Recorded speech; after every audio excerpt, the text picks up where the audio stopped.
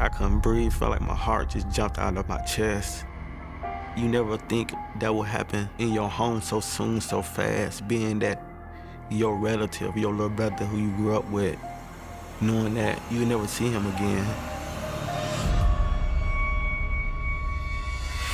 Mr. Martin had 9 entrance wounds to his body. There were 2 to the head and neck area, there were 4 in the midsection, and there were 3 in the lower extremities. When you shoot someone that many times, this isn't a robbery gone bad. He was targeted. The sad part is, even though the law acquitted him, in the streets, they don't want to hear any of that. He would die over them, man. If they had beef, it was his beef. And I said, "Aren't you scared?" And he just said, "I'm not scared of nothing." He kind of put 2 and 2 together. That was some type of payback. 31st, 2018. Just before dawn, police in Waterloo, Iowa, receive a call about an injured man near the 1200 block of Washington Street. So the initial call came in that there was a black male in a pool of blood in the alley. One of the neighbors in the alley had called it in. Responding officers quickly determined that the victim has already succumbed to his injuries. They searched for evidence to explain his death. Of particular interest here was the number of bullets, of shell casings. There were, I believe, 5 shell casings found on scene, 3 fired bullets. They couldn't find any wallet, ID, so initially they had no idea who this black male in the alley that had been killed was. They did notice some tattoos on his arms, and one of our officers was good enough to run through our database the tattoos that he saw, and that tattoo ultimately identified him as Shavonda Martin.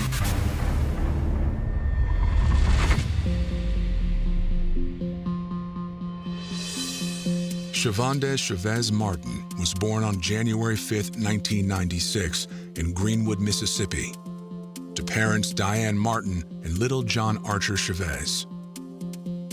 Shavonda immediately won over his older half-brother, DeAndre. I remember when he came home in his car seat. He was a smiling baby. He was quiet, like always sitting in his car seat smiling. He was a smiling person. I'm the oldest, and then second, the middle child is Cardarius, and the youngest was Shavonda. DeAndre, he always been like the smart one, the focused one. Then you got me, I always was the class clown. Then you got Shavonda, he had his own type of personality. Funny, caring, had the biggest heart. A lot of times, it was just us, kind of us against the world, you know. My mom raised us alone. Dad wasn't there. We lived with family members, been around cousins. We grew up since we was kids. Like, when we stayed together at my mom's house, it used to be everybody, dog. When we lived in Mississippi, it used to be everybody. It was fun, rough moments, tough moments, sad moments.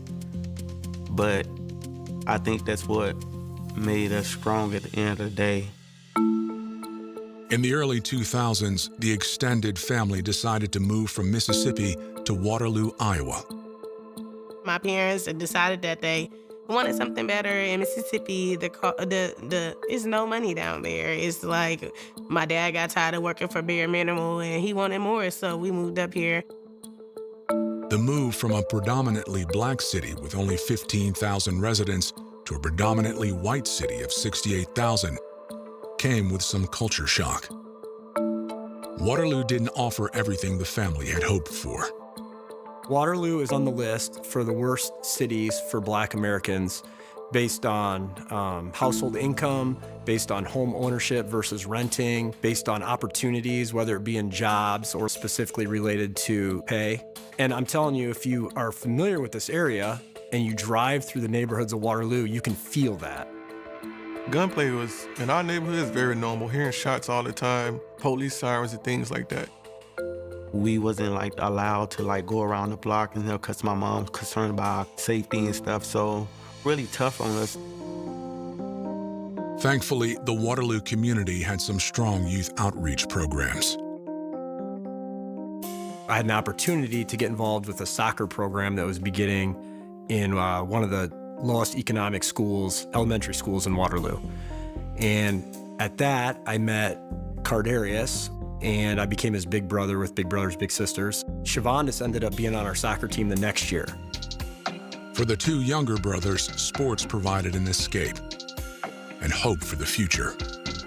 Shavandis started picking up basketball after I started picking up basketball.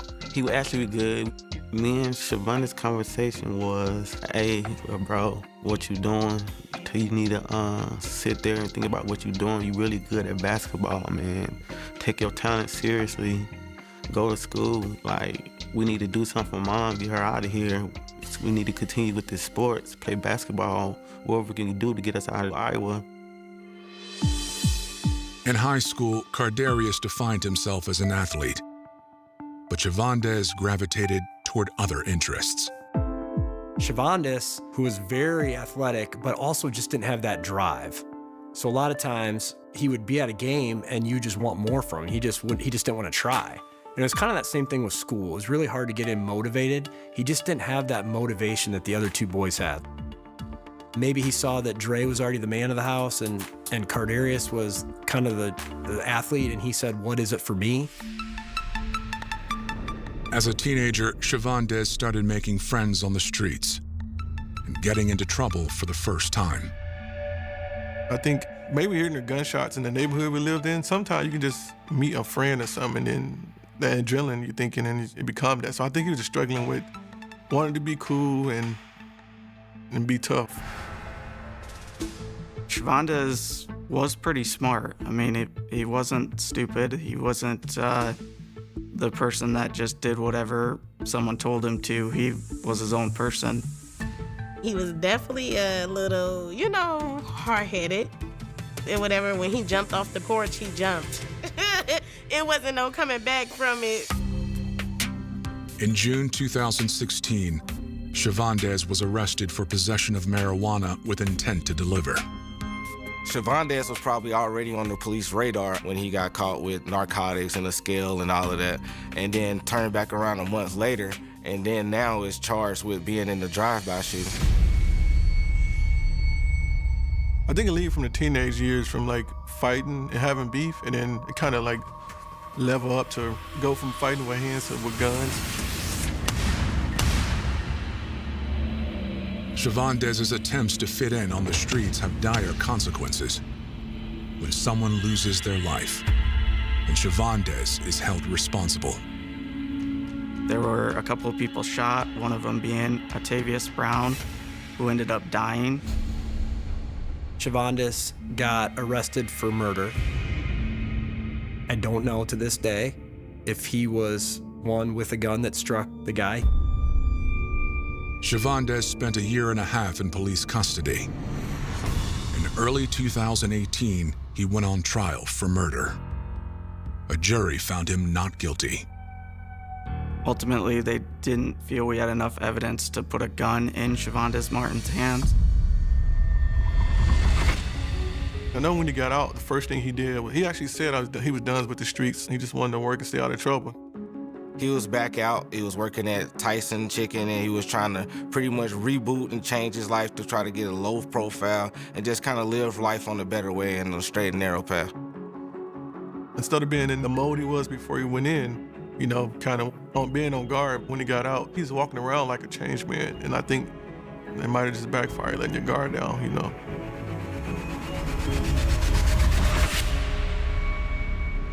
In the early morning hours on May 31st, 2018, 4 months after he was acquitted of murder and had turned his life around, Shavandis Martin has been murdered. When I heard the name, it kind of hit close because I had arrested Shavandis Martin for murder roughly 2 years before this incident. During that previous investigation, we got to know each other quite well. My first thought when I learned it was Shavandis in the alley was, this isn't gonna be easy. Unfortunately, he had made a lot of people angry, and we knew there was a lot of people that were after him. So it kind of created a wide pool of who might have done this. Made it a little more difficult that I learned his pockets have been gone through and possibly a phone taken. So initially we thought, was this possibly a robbery? So that opens up a whole bigger pool of potential people. Investigators canvassed the neighborhood, searching for anyone who saw or heard the shooting. A number of the witnesses described what they believed earlier in the morning, around 3:30 in the morning. They believed that there had been a party going on, and they thought they heard fireworks. Others recognized the sounds as gunshots, but did not call police. They don't want to call it in and be part of the crime because then their name gets out that they called it in. So we have a lot of people that won't call it in so they don't have to talk to the police. Moving forward, homicide investigators have one thing to focus on: who killed Shavondes Martin? Leaving the scene, we didn't have a lot to work with initially. In terms of the actual players, at that moment, we did not know.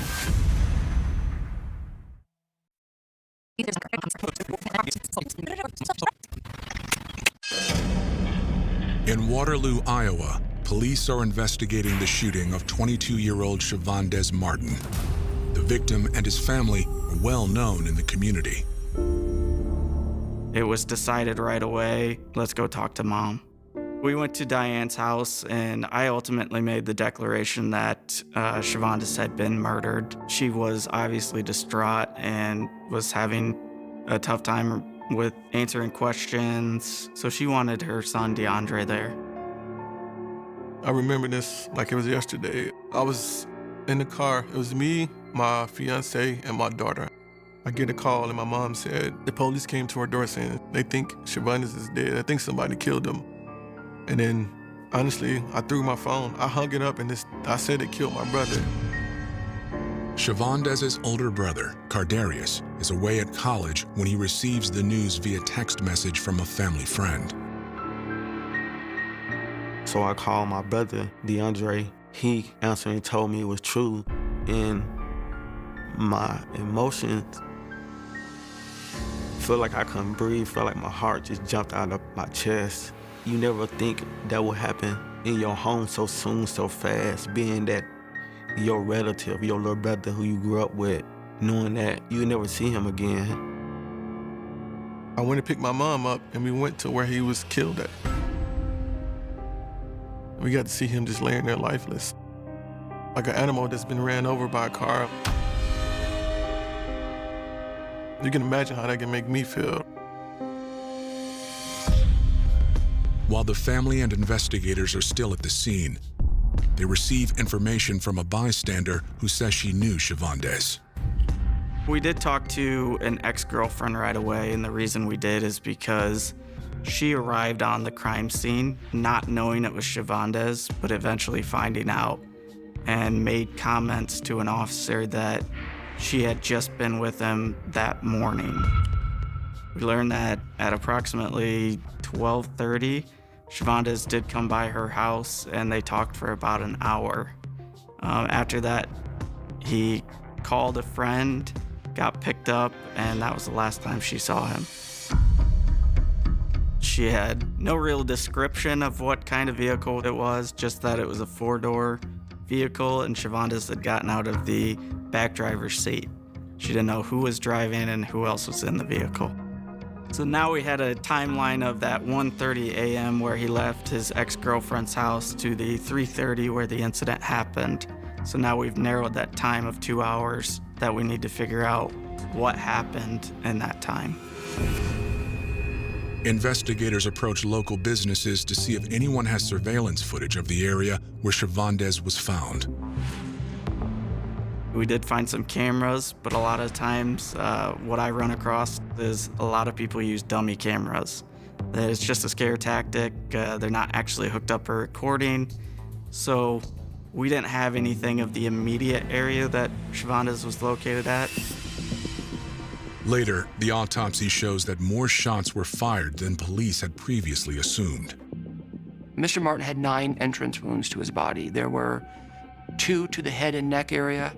There were 4 in the midsection, and there were 3 in the lower extremities. There were 9mm bullets used, as well as .357 or .38 Special. .38 Special and .357 are a common revolver caliber, so we felt we were dealing with a revolver that wouldn't have left shell casings. So we believe there's two shooters because of the two guns. The brutality of the murder also prompts investigators to theorize about motive. This is a very personal incident. When you shoot someone that many times, this isn't a robbery gone bad. We're leaning more towards this is personal. He was targeted. Police consider the recent acquittal of Shavondes Martin on murder charges as a potential motive for his murder. Obviously, Atavius Brown's friends and family were not happy that he was acquitted on the shooting. His group had also created a lot of enemies, so there were always groups after, not necessarily him, but the people he hung out with. And you kind of put two and two together. Everybody had common sense. That was some type of payback.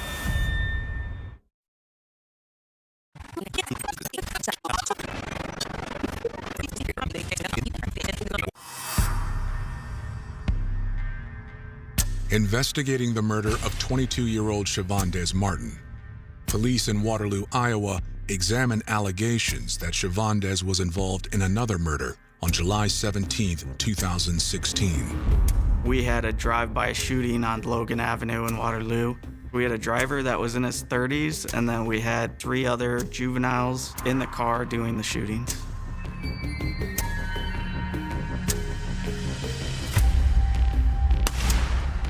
Through our investigation, we learned that multiple people fired shots at the house, eventually striking 2 and killing a 3rd. A witness identified Shavondes as one of the 3 shooters. The murder victim was 21-year-old Atavius Brown. Everything we learned, Atavius Brown was kind of just a wrong place, wrong time, innocent victim in this. Atavius wasn't even part of anything to do with the streets. He was a guy that was just happened to be around. He had nothing to do with it. Nobody ever known him to do anything in the streets, guys. He just was a person that knew street guys.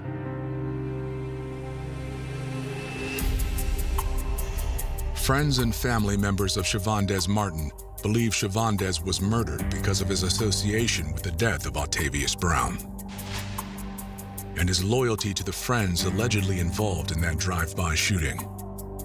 We learned that Shavondes was very loyal to his friends, would do anything for them.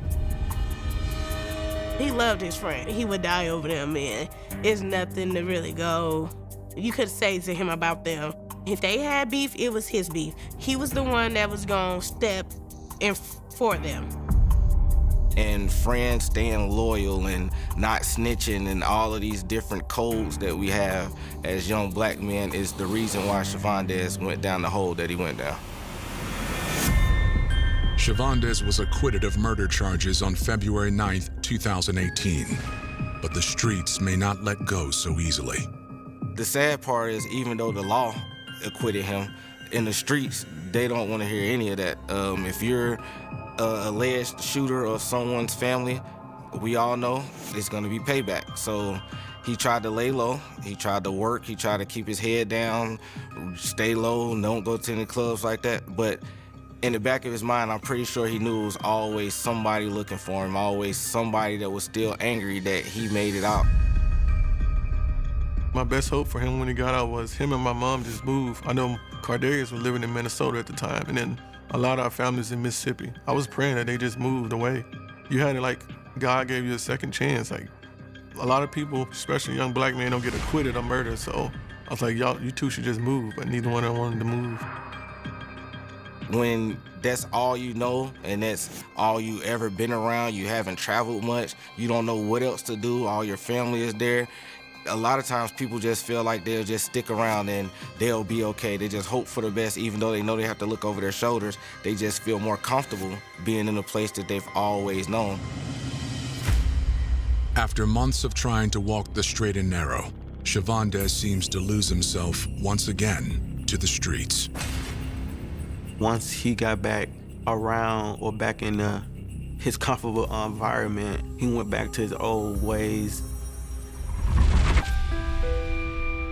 He had gotten out of prison and we were hanging out, and I was just asking what he wanted for his life. It was the last time we hung out, actually. And I just remember him looking at me, and he didn't know. And it was silence, and I'll never forget that silence. And I just said, "Aren't you scared?" And he just said, "I'm not scared of nothing." I hate that mentality. I hate I'm not scared of nothing. In all reality, you don't have to be afraid for something bad to happen to you. So you being tough sometimes is just escalating a situation for something bad to happen to you. One day after Shavandez Martin was murdered, investigators are still trying to identify individuals with the motive and the opportunity to kill him. June 1st, we really kind of hit a brick wall. We didn't have any leads on suspects, so we were just kind of trying to figure out what to do next.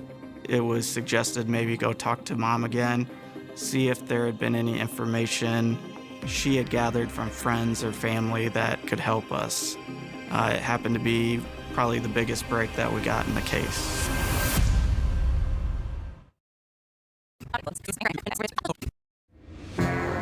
On June 1st, 2018, detectives in Waterloo, Iowa, pay another visit to the mother of murder victim Shavandez Martin. Diane wasn't home, but her son Cardarius was. While we were speaking to him, a car with 4 females pulled up, and the driver, later identified as Shavandez's cousin, Tatanisha Hunt, got out of the seat and claimed that she had just been at the bus station and Denasia Martin was trying to leave town. Denasia is like a third, second cousin to me. She was not my cup of tea at all. She was more so into the streets a lot. Waterloo being a very tight-knit town, I'm very aware of who Denasia was. So I knew who they were talking about, but I didn't know where she fit into this case. According to Tatanisha, friends saw Denasia sitting at the bus stop with a man they believed was Raymond Burden Jr. They know Burden as the stepbrother of Octavius Brown, the man Shavandez was accused of murdering. There had been a lot of hate between Raymond and Shavandez. Shavandez had gotten off of murdering Raymond's brother, Octavius. There was always that hostility towards them. So when we get that name, the timeline starts to make sense. Tatanisha is suspicious of Denasia and Raymond being together and at the bus stop so soon after the murder. So she goes to confront them. I speed down there. Me and all my friends, we all speed down there. We like 2 cars deep. They see me pulled up and they hurry up and drove off. I chased them down. I was like following them. Like they was speeding, I was speeding. I chased them all the way out to like Cedar Falls. However, at a certain point, she saw a police cruiser and slowed down. After that, she lost sight of the vehicle. I went back to my auntie house. We was out there, the detective come, and I tell them, you know, I'm angry. Like, you know, they was just trying to get to the bus station, get away on the bus. But at that point, we had no idea what part Denasia played in this, or why she was fleeing town, or why Tatanisha was even looking for her. According to Tatanisha, a family friend named Muff says he saw Denasia and Shavandez together on the day of the murder. We learned that Denasia had picked up Shavandez that morning of May 31st and was likely the last person now to see him alive. Muff was in the car with Denasia when she picked up Shavandez, just hours before he was found dead. Muff, I actually knew who that was just from previous interactions. I knew where he lived. He was willing to let us in and talk. We learned that, in fact, he was in the car with Denasia when they picked Shavandez up that morning. He put it roughly around 2 o'clock. We asked what happened after they picked Shavandez up. So he said that at the time, he asked Denasia to drop him off at a friend's house near a Walgreens just up the road from where they had picked him up. So then Denasia's alone with Shavandez in her car, being the last person with him. We need to find Denasia. Detectives go to the Waterloo bus station and request surveillance footage from earlier that day. Denasia Martin was clearly in a disguise of some sort. Her hair was different. I believe she had sunglasses on. She was attempting to get a bus ticket, I believe, to Chicago, but her bag was too big. Through the investigation, we also learned that Denasia had an apartment in the alley right next to where Shavonda was found. We started doing backgrounds on her, figuring out who she hung out with. Police records prove that Denasia has a long history with Raymond Burton Jr., the stepbrother of Octavius Brown, who Shavonda was acquitted of murdering. Raymond and Denasia had an on-again, off-again relationship. It was kind of well known through the police department. They had been arrested several times together. They had caused quite the havoc at juvenile detention facilities. Now, investigators have two prime suspects. And they're not the only ones looking for Raymond and Denasia. They never went back to the bus station because I was watching. I figured they probably drove out of town because what somebody had told me, they said she was going to Mississippi. While trying to track down Denasia and Raymond, detectives receive a surprising call. It did hit kind of stale for about a day, and then we received a phone call from Denasia. She said she was on a bus in, I think, Michigan at the time, but she was on her way to see her dad in Norfolk. At that time, Denasia denied being involved in Shavonda's death, but admitted that she had picked up Shavonda from the apartment complex and was the last person to see him alive. She said she dropped him off in a neighborhood and then went to her boyfriend's house. At the time, I wasn't gonna be able to find her boyfriend because he had multiple warrants and didn't want to be found by us. So it left an open alibi there as far as we couldn't prove that, we couldn't disprove it. But the story just didn't seem right to me. Investigators urge Denasia to come to the police station and tell them everything she knows. But Denasia says she's afraid. She knew her cousin had died. She also had been receiving some threats as far as being the last person to see her cousin alive. She knew people were looking for her. She was adamant that there was no way she was coming back to Waterloo.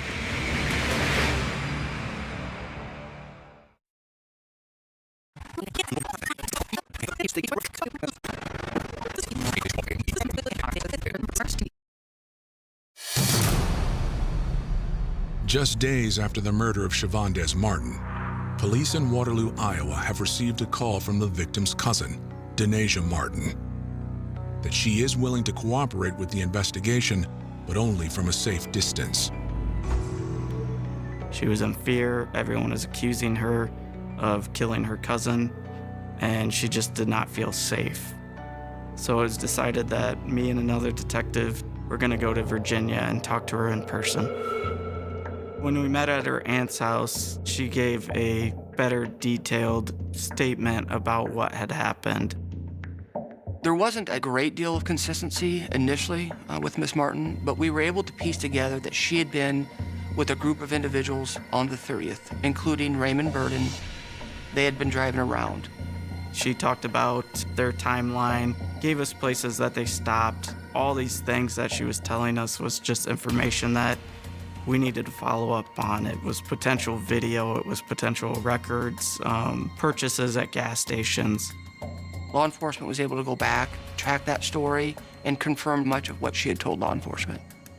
We obtained video footage from a number of locations in Cedar Rapids, Iowa.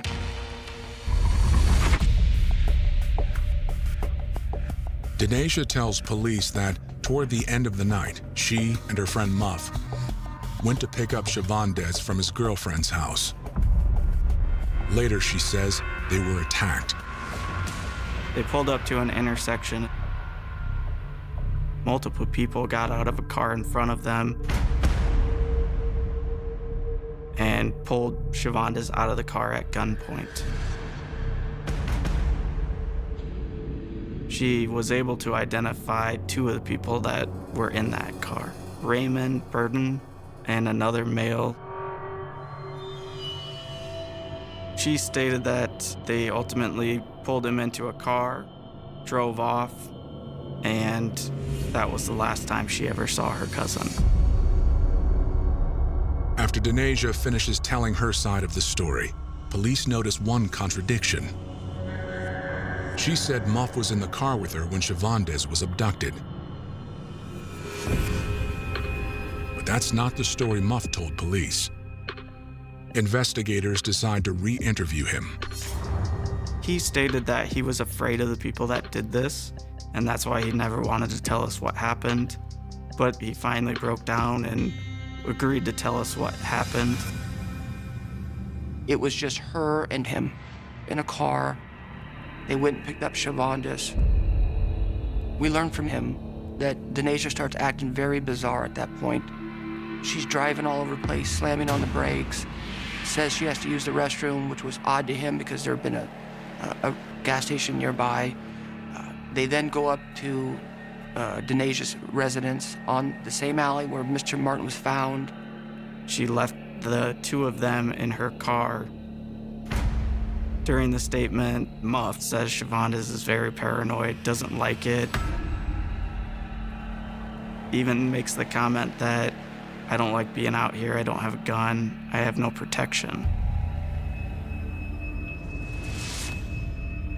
Eventually, Muff says he saw a gun come through the window next to Shavonda's head. He stated that a male with a gun told Shavonda, I got you. At that point, when the gunman started talking, Muff said he knew who it was. He knew it was Raymond Burton. Raymond Burton ordered Shavonda to get out of the car and walk into the alley behind Denasia's apartment building. Muff stated that as they're walking back to the alley, another person came from behind the apartment building, joined them, and that's the last time he saw Shavonda. One of the things that sticks out to me, Mr. Martin knew he was going to be murdered. I don't care who you are, and I don't care what you're accused of been doing. Nobody should have to be put in a position where they are walking to their execution. Muff tells police he fled the scene before the shooting began. He was afraid, so he pulled away in the vehicle, but as he was pulling away, he did hear the gunshots.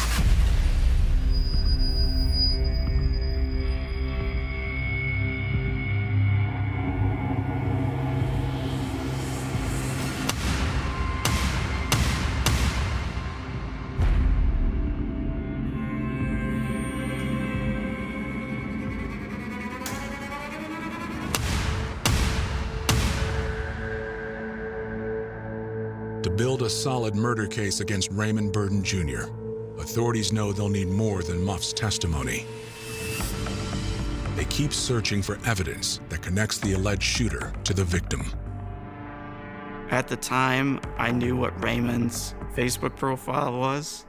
My first thing was see if there was any communication between them. So on Shavonda's Facebook results, we ended up finding a pretty significant conversation. Shavonda has social media, so people can still contact you. They can still say things that's gonna rile you up and make you feel away. So when he started getting contacted from Raymond, his first instinct was to lash back out, to say whatever he gotta say, because he's not gonna let anybody chump him off or punk him out. And that's where the problem pretty much started to escalate from there. In that conversation, there is some back and forth between Raymond and Shavonda. At one point, Shavonda insults Octavius Brown, and Raymond takes offense to that and escalates the conversation, threatening Shavonda. Shavonda tells him that if he doesn't be careful, he's gonna end up in a grave next to his brother, to which Raymond responds, I bet you see him before I do. without a doubt a threat that was made. And this is just in the hours just prior to the shooting death of Shavonda Martin. At that point, Raymond was actually wanted on a separate crime. We felt confident if we can try to get him in jail, maybe we can build a case and ultimately charge him with murder.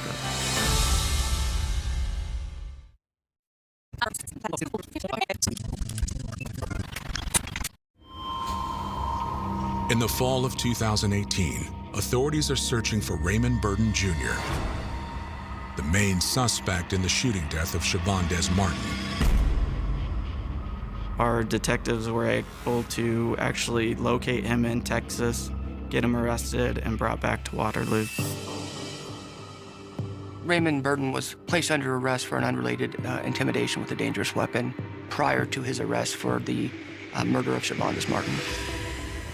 Soon after, authorities also arrest his accomplice, Denasia Martin, who authorities believe lured her own cousin to his death. There was no denying that she knew that this was payback. This was a setup. We sent the U.S. Marshals after her in Norfolk, Virginia, where she was ultimately arrested. We had her transported back to Black Hawk eventually, where she agreed to cooperate with the case.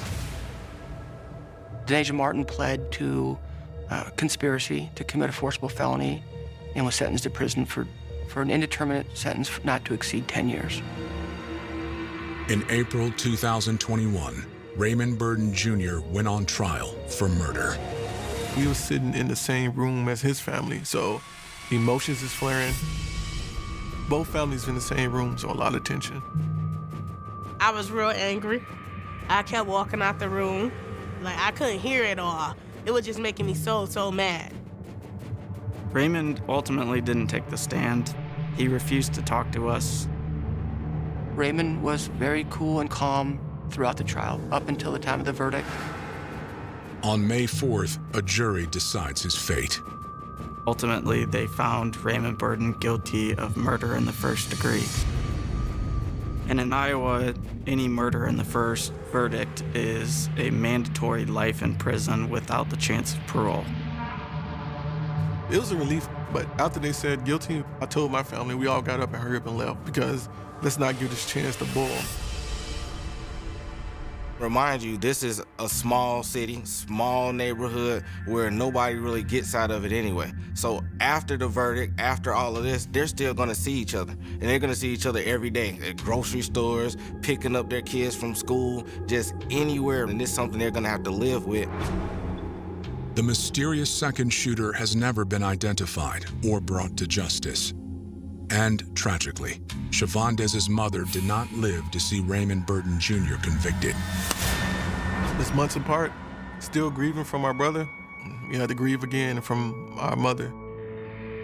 In September 2018, Diane Martin died in her own home, the apparent victim of a stray bullet in a drive-by shooting. I seen my mom laying on the floor right there in the kitchen with blood everywhere. So I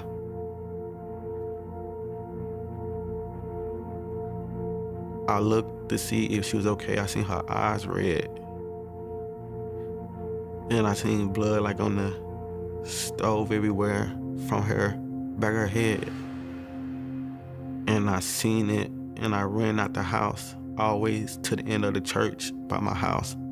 I sat there in front of the door and cried and then go back to the house ever since. Her murder is still under investigation. We have not made an arrest in it. We don't believe at this time she was the intended target. We believe she was an innocent victim in gunplay. My auntie was an innocent lady, and she didn't deserve to die at all with no bullet. But, you know, if justice don't come, God got him at the end. Your karma gonna come around. In cases like this, even though it's been years and years already passed, there are places that seem untouched by time. Places where the wind never truly stops, where thick clouds drift low across the hills, and where silence settles so deeply that even a single footstep feels like an interruption. Across the rugged landscape of Saddleworth Moor in northern England, the heather bends beneath relentless gusts, and patches of mist appear without warning, swallowing the horizon until the land itself seems endless. To a visitor, it can feel hauntingly beautiful. To generations of families, investigators, and local residents, however, this moor carries a very different meaning. It became a place where unanswered questions lingered for decades, where hope and grief existed side by side, and where some families would continue searching long after the rest of the country had moved on. The story known today as the Moors Murders is remembered not simply because of the crimes themselves, but because of the profound impact they left on Britain. Between 1963 and 1965, a series of children and teenagers disappeared around Manchester. At first, each disappearance seemed isolated, another heartbreaking missing person case in a busy industrial city where families worked hard, children played outside until evening, and neighbors still believed they knew one another. Few could imagine that these separate tragedies were connected by a carefully concealed pattern. Even fewer imagined that the truth would eventually reshape the way Britain investigated missing children, discussed violent crime, and understood the vulnerability of ordinary families. Northern England in the early 1960s was a place of contrasts. Factories still dominated the skyline, sending smoke into grey morning skies while rows of brick houses stretched along narrow streets. Children walked to school together. They visited local markets, bought sweets with loose change, and disappeared for hours into parks or neighborhood streets before returning home for dinner. It was a rhythm of life built on familiarity. Parents worried, of course, but there remained a widespread belief that communities could look after their own. Strangers were noticed. Doors were often left unlocked. Familiar faces became part of the background of everyday life. That sense of ordinary safety would slowly begin to fracture. One family would wait through the evening for a child who never returned. Another would search nearby streets, asking neighbors whether anyone had seen a familiar face. Police officers would take statements, organize searches, and follow every lead they could find. Newspapers would print photographs accompanied by hopeful headlines asking readers for information. Days would become weeks. Weeks would become months. Eventually another family would experience the same nightmare, and then another after that. Looking back from the present, history makes patterns seem obvious. At the time, nothing was obvious. Every missing child represented an individual tragedy with its own circumstances, its own witnesses, and its own unanswered questions. Investigators did not yet know they were confronting one of the most notorious serial murder cases in British history. Parents certainly did not know that their fears were connected to those of strangers living only a few miles away. As years passed, the names of Pauline Reade, John Kilbride, Keith Bennett, Leslie Ann Downey, and Edward Evans became permanently linked in public memory. Yet before newspaper headlines and courtroom proceedings transformed them into symbols of a national tragedy, they were simply young people with families, dreams, routines, and futures that stretched before them. They laughed with friends, argued with siblings, helped around the house, and made plans for tomorrow. Their stories began not with crime, but with ordinary moments that countless families recognize even today. The lasting pain of this case cannot be measured solely through legal records or police files. It lives in birthdays celebrated without the people who should have been there. It exists in empty chairs around dinner tables, in photographs preserved inside family albums, and in parents who never stopped wondering whether one more search, one more witness, or one more piece of information might finally bring an answer. For one family in particular, that search would continue for decades because one victim, Keith Bennett, has never been recovered despite repeated efforts across the moor. His absence remains one of the most enduring reminders that not every investigation reaches a complete conclusion. The landscape itself became inseparable from the case. Saddleworth Moor was no longer simply open countryside overlooking northern England. It became a symbol of uncertainty. Search teams crossed difficult ground under changing weather, carefully examining terrain that could conceal evidence beneath layers of peat and vegetation. Every discovery carried hope for resolution while simultaneously confirming another family's worst fears. The Moore witnessed not only the work of detectives and forensic specialists but also the determination of relatives who refused to let memory disappear into silence. The investigation that eventually uncovered the truth did not begin with certainty. It unfolded through persistence, unexpected developments, and the willingness of individuals to come forward when circumstances changed. As evidence accumulated, authorities realized they were confronting crimes that had remained hidden beneath ordinary appearances. The revelations shocked the nation because they challenged assumptions about trust, normality, and the idea that unimaginable violence could exist behind familiar routines. The public response was immediate and profound. Newspapers devoted extensive coverage to every new development. Radio broadcasts carried updates that families listened to with growing disbelief. Court proceedings attracted extraordinary attention, not only because of the seriousness of the crimes but because the case forced Britain to confront uncomfortable questions about child safety, criminal investigation, and the responsibilities of society toward its youngest members. Yet despite decades of reporting, documentaries, books, and analysis, the most important voices in this story are often the quietest ones. They belong to the parents who waited at windows long after nightfall. To brothers and sisters who grew older carrying memories frozen in childhood. To investigators who spent years following evidence across difficult terrain. And to communities that learned how quickly ordinary life could change when one familiar face failed to come home. This is not a story about creating mystery where none exists. History has already revealed many of the answers. Instead, it is a story about understanding how a sequence of disappearances gradually became one of Britain's defining criminal investigations, how ordinary families were drawn into extraordinary tragedy, and how the search for truth continued long after court verdicts were delivered. Because while convictions may close a legal case, they do not always end a family's search for peace. Some questions remain unanswered. Some places never lose their memories. And on the windswept hills of Saddleworth Moor, where the weather changes by the hour and silence stretches across the landscape, the past continues to cast a long shadow over the present. The events that unfolded between 1963 and 1965 altered countless lives forever. To understand why, we must begin not with the courtroom or the investigation, but with the world in which these young victims lived, a Britain standing on the edge of social change, still believing in the ordinary rhythms of daily life. Unaware that one of the darkest chapters in its criminal history was already beginning to unfold. History often remembers criminal cases through dates, verdicts, and the names that appear in official records. Those details matter because they establish what happened, but they rarely capture what it felt like to live through those years. Long before historians examined police files and journalists reconstructed timelines, there were ordinary evenings when parents stood at their front doors waiting for footsteps that never came. There were classrooms where one desk suddenly remained empty. There were neighborhoods where conversations gradually shifted from everyday concerns to cautious warnings shared between families. Manchester in the early 1960s was changing. Industry still shaped much of daily life, but the city was also entering a period of social transformation. New music echoed through cafes and dance halls. Young people looked toward a future that seemed increasingly modern, while older generations held tightly to familiar traditions. Amid these changes, communities remained closely connected.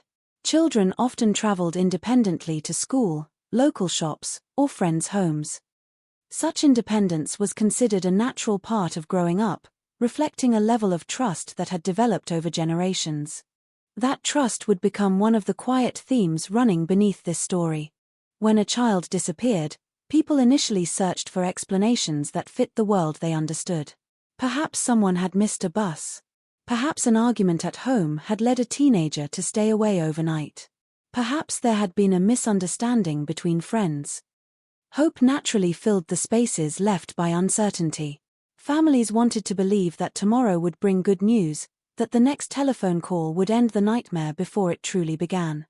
Police investigations reflected the investigative practices of their time. Officers interviewed relatives, spoke with neighbors, retraced known movements, and appealed for information from the public. Every missing person inquiry demanded resources, yet without clear evidence linking one disappearance to another, each case largely followed its own path. From today's perspective, where databases and rapid information sharing are taken for granted, it can be difficult to appreciate the limitations investigators faced more than 60 years ago. Detectives depended heavily on witness statements, handwritten records, physical evidence, and countless hours spent knocking on doors. Meanwhile, the families endured a different kind of investigation, one measured not in official reports but in endless questions. Every memory became significant. Every conversation was replayed. Every ordinary decision was reconsidered through the painful lens of hindsight.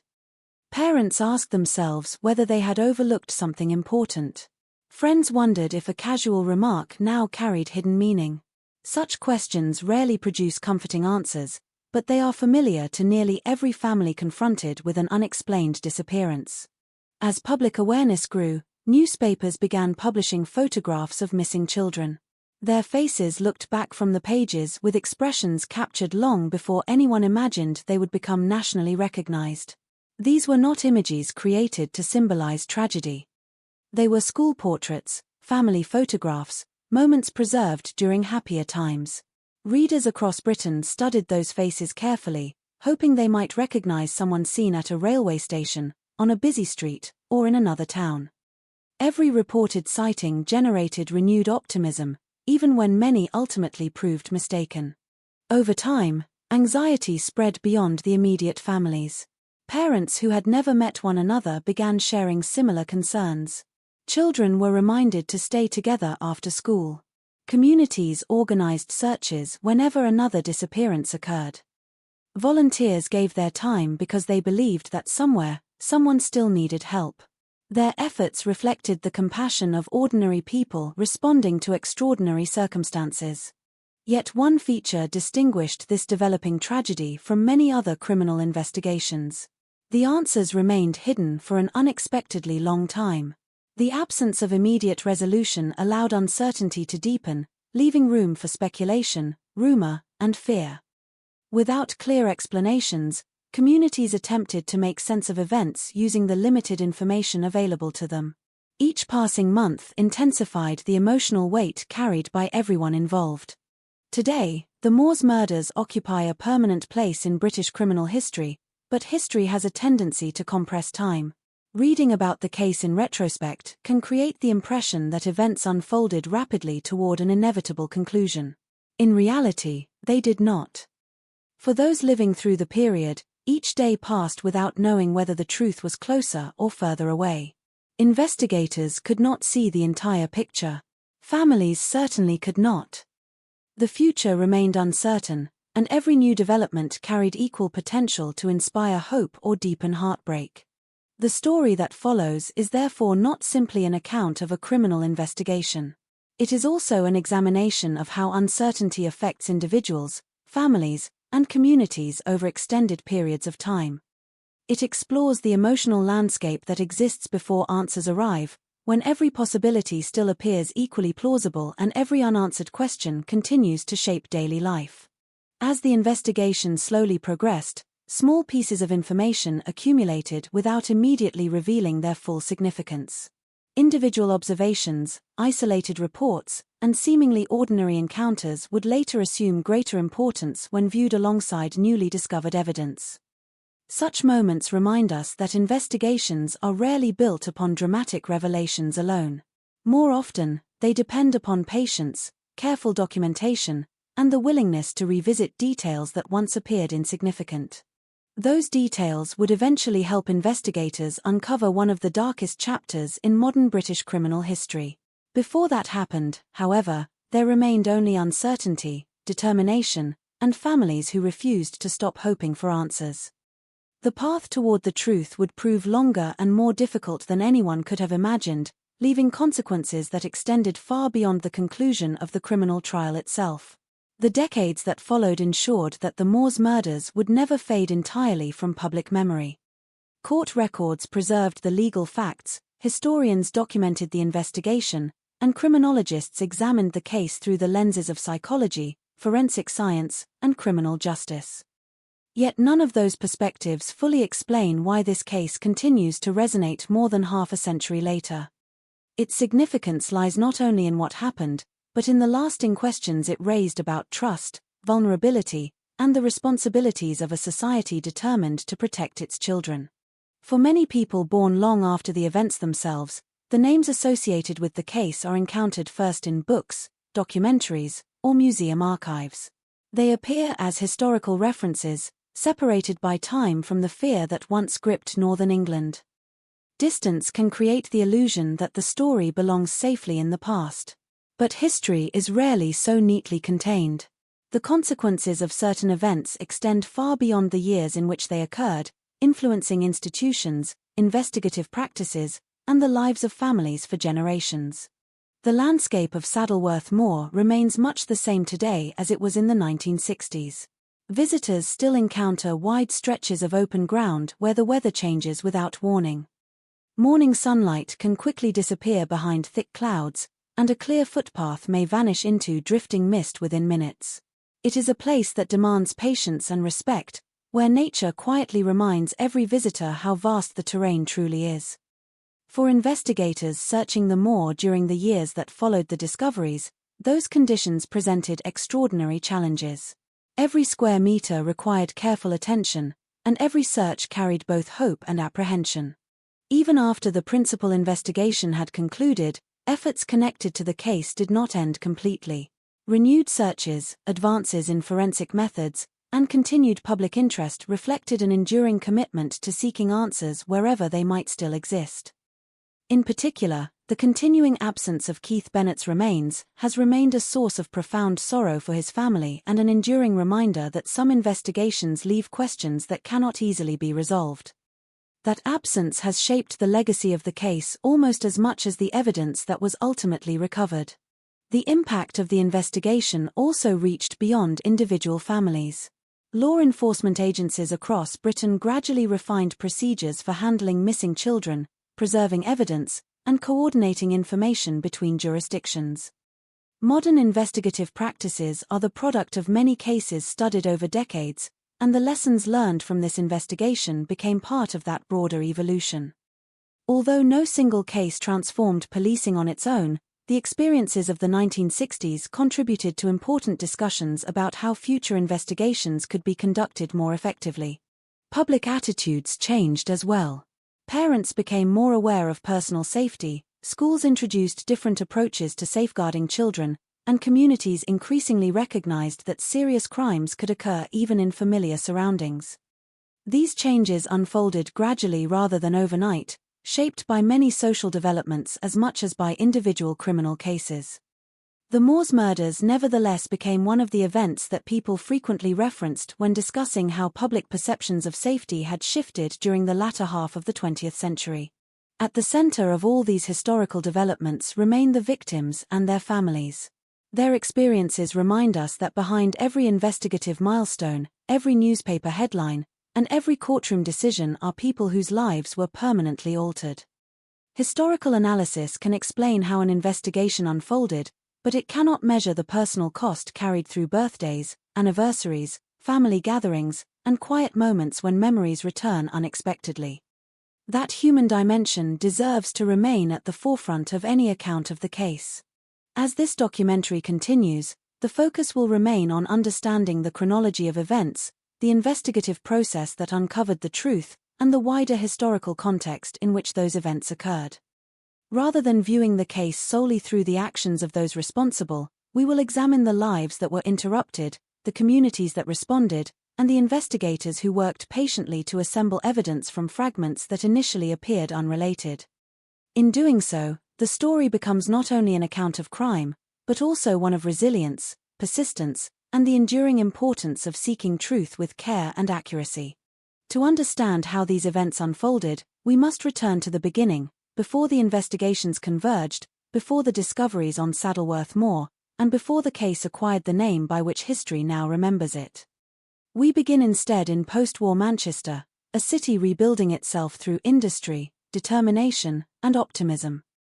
Where ordinary families pursued ordinary lives without knowing that a series of disappearances would soon become one of the most significant criminal investigations in modern British history. From there, the story unfolds one step at a time, guided by documented evidence, contemporary records, and the voices of those whose lives were forever changed by events they could never have anticipated. Manchester in the early 1960s was a city defined by resilience. Less than 2 decades had passed since the end of the Second World War, and although Reconstruction had transformed much of Britain, traces of an earlier era remained visible in everyday life. Rows of red brick terraced houses stretched along narrow streets, factory chimneys punctuated the skyline, and the rhythm of daily existence was still closely tied to manufacturing. Textile mills, engineering works, warehouses, and transport networks provided employment for thousands of families, creating neighborhoods where generations often lived only a few streets apart. Work was demanding, wages were modest, and life revolved around routines that rarely changed from one week to the next. For many households, mornings began before sunrise. Fathers left for factories carrying packed lunches wrapped in paper or stored in metal tins. Mothers balanced employment with the countless responsibilities of raising children, managing households, and supporting extended family members. Shops opened early, buses carried workers across the city, and school children filled pavements in neatly pressed uniforms, chatting with classmates as they made their way through neighborhoods they knew by heart. The sounds of industry blended with the ordinary conversations of daily life, creating an atmosphere that reflected both hard work and familiarity. Communities throughout Manchester were closely connected. Neighbors knew one another by name, children often played together after school regardless of age, and local shopkeepers recognized the families who visited every week. Corner stores sold groceries, sweets, newspapers, and household essentials, becoming informal gathering places where conversations about football, politics, or the weather unfolded naturally throughout the day. Churches, youth clubs, and community halls strengthened those connections further, giving residents a shared sense of identity rooted in their immediate surroundings. Children experienced a level of independence that may seem unfamiliar to many people today. Walking alone to school, visiting relatives across town, or running errands for parents were ordinary parts of childhood. Older siblings frequently looked after younger ones, and it was common for children to spend hours outdoors before returning home in time for dinner. Parents certainly worried about accidents or traffic, but there remained a widespread belief that familiar neighborhoods were fundamentally safe. Trust formed the invisible foundation of everyday life, supported by the expectation that adults would notice if a child appeared lost or in need of assistance. The social landscape of Britain was also changing rapidly. The early 1960s marked the beginning of a cultural transformation that would influence music, fashion, and attitudes throughout the country. Television ownership expanded steadily, bringing national news into living rooms each evening. Newspapers remained an essential source of information, while radio connected communities through music and current affairs. Young people embraced new cultural influences, yet traditional family values continued to shape most households. It was an era balanced between continuity and change, where modern ideas emerged alongside long-established routines. Despite this optimism, the city also faced persistent economic challenges. Many working-class families lived within limited financial means, carefully budgeting each week's income to cover rent, food, clothing, and heating. Children often understood from an early age that every purchase mattered. Birthdays and holidays were celebrated warmly, even when gifts were simple. Success was measured less by material wealth than by stability, reliability, and the ability to provide for one's family. These shared experiences created strong bonds among neighbors who relied upon one another during difficult times. Law enforcement operated within a very different technological environment than exists today. Police officers depended heavily upon local knowledge, face-to-face interviews, written records, and cooperation from the public. Missing person investigations required officers to physically retrace routes, visit schools and workplaces, distribute photographs, and interview anyone who might have encountered the missing individual. There were no mobile phones capable of revealing locations, no digital surveillance systems monitoring city streets, and no centralized databases capable of instantly connecting similar incidents across different jurisdictions. Every investigation demanded extensive manual effort, patience, and careful organization. Forensic science was advancing but remained limited compared with modern standards. Detectives relied primarily upon witness testimony, physical evidence recovered from crime scenes, and methodical investigative work. Small details that might now be analyzed through advanced scientific techniques often depended instead upon meticulous observation and documentation. Success frequently reflected the persistence of investigators willing to revisit evidence repeatedly as new information emerged. Within this environment, reports of missing children presented particularly difficult challenges. Most children who disappeared were eventually found safe after becoming lost, staying unexpectedly with relatives, or returning home voluntarily. Consequently, investigators faced the delicate task of balancing urgency with the statistical likelihood that many disappearances had innocent explanations. Determining which cases required immediate large-scale responses depended upon information that was often incomplete during the crucial early hours. Media organizations also played an important role. Local newspapers regularly published appeals requesting information about missing individuals, encouraging readers to contact police if they recognized photographs or remembered significant encounters.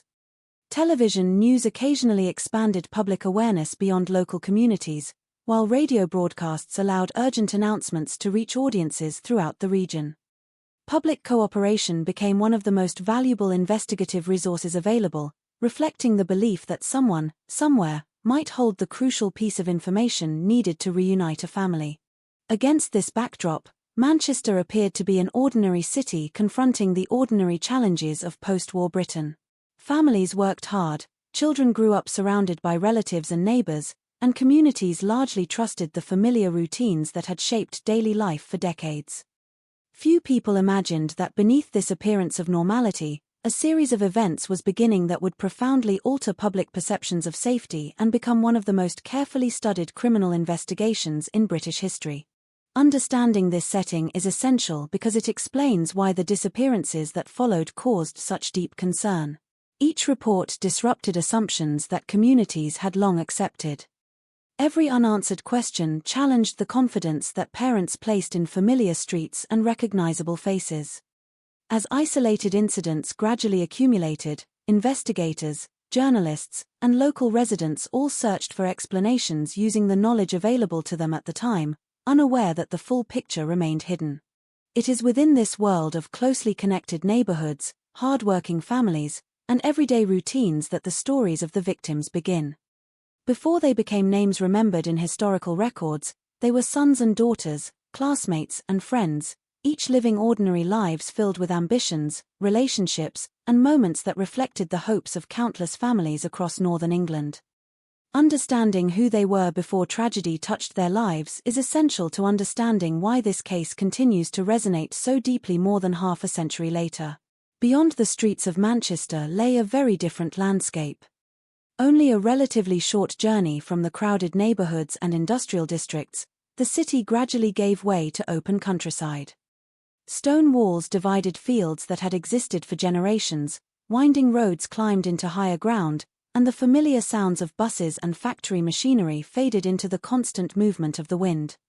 Among these upland areas was Saddleworth Moor, an expansive stretch of peatland and heather that formed part of the Pennine Hills. To many walkers and local residents, it represented a place of natural beauty, offering broad views across northern England and a sense of quiet that contrasted sharply with the noise of the city. The moor also presented unique practical challenges. Weather conditions could change rapidly, reducing visibility within minutes. Rain, low cloud, and dense mist often transformed recognizable landmarks into indistinct shapes. The uneven ground made travel slow, while large areas of peat could preserve or conceal physical evidence in ways that investigators of the period only gradually came to understand. These environmental characteristics would later influence the complexity of search operations and contribute to the enduring historical significance of the location. In the early 1960s, public understanding of violent crime was shaped largely by newspapers, radio broadcasts, and occasional television reports. Most criminal cases received attention within the communities they directly affected, but only a small number became matters of sustained national concern. When they did, The reporting reflected the journalistic practices of the era, balancing factual updates with public appeals for information. Missing person notices, photographs, and descriptions were intended not simply to inform readers but to encourage active participation in the search for answers. At the same time, psychology and criminology were developing rapidly as academic disciplines. Ideas about offender behavior, victim selection, and patterns of criminal activity were beginning to influence investigative thinking, yet many concepts that are familiar today had not yet become standard practice. Detectives often relied upon experience, careful interviewing, and collaboration with colleagues rather than formal behavioral analysis. As later generations examined the Moors murders, the case became an important subject of study precisely because it illustrated both the strengths and the limitations of investigative methods available during that period. For historians, the significance of this era extends beyond the criminal investigation itself. Britain was experiencing broader social change, with increasing mobility, expanding media coverage, and evolving public expectations regarding policing and public safety. These developments shaped how communities responded to reports of missing children and how authorities communicated with the public. They also influenced the national conversation that followed the eventual discovery of the crimes, prompting renewed discussion about safeguarding, investigative coordination, and the responsibilities of public institutions. The people who lived through those years could not anticipate the historical importance that later generations would attach to seemingly ordinary moments. A child leaving home to meet friends, a family expecting someone back for supper, or a police officer recording another missing person report all appeared routine at first. Only with hindsight did these individual moments become connected within a much larger narrative. This perspective is one of history's most enduring lessons. Major events often begin quietly, emerging from circumstances that appear entirely ordinary until later evidence reveals their wider significance. As this documentary moves forward, the focus shifts from the broader environment of Northern England to the individuals whose lives shaped the human story behind the historical record.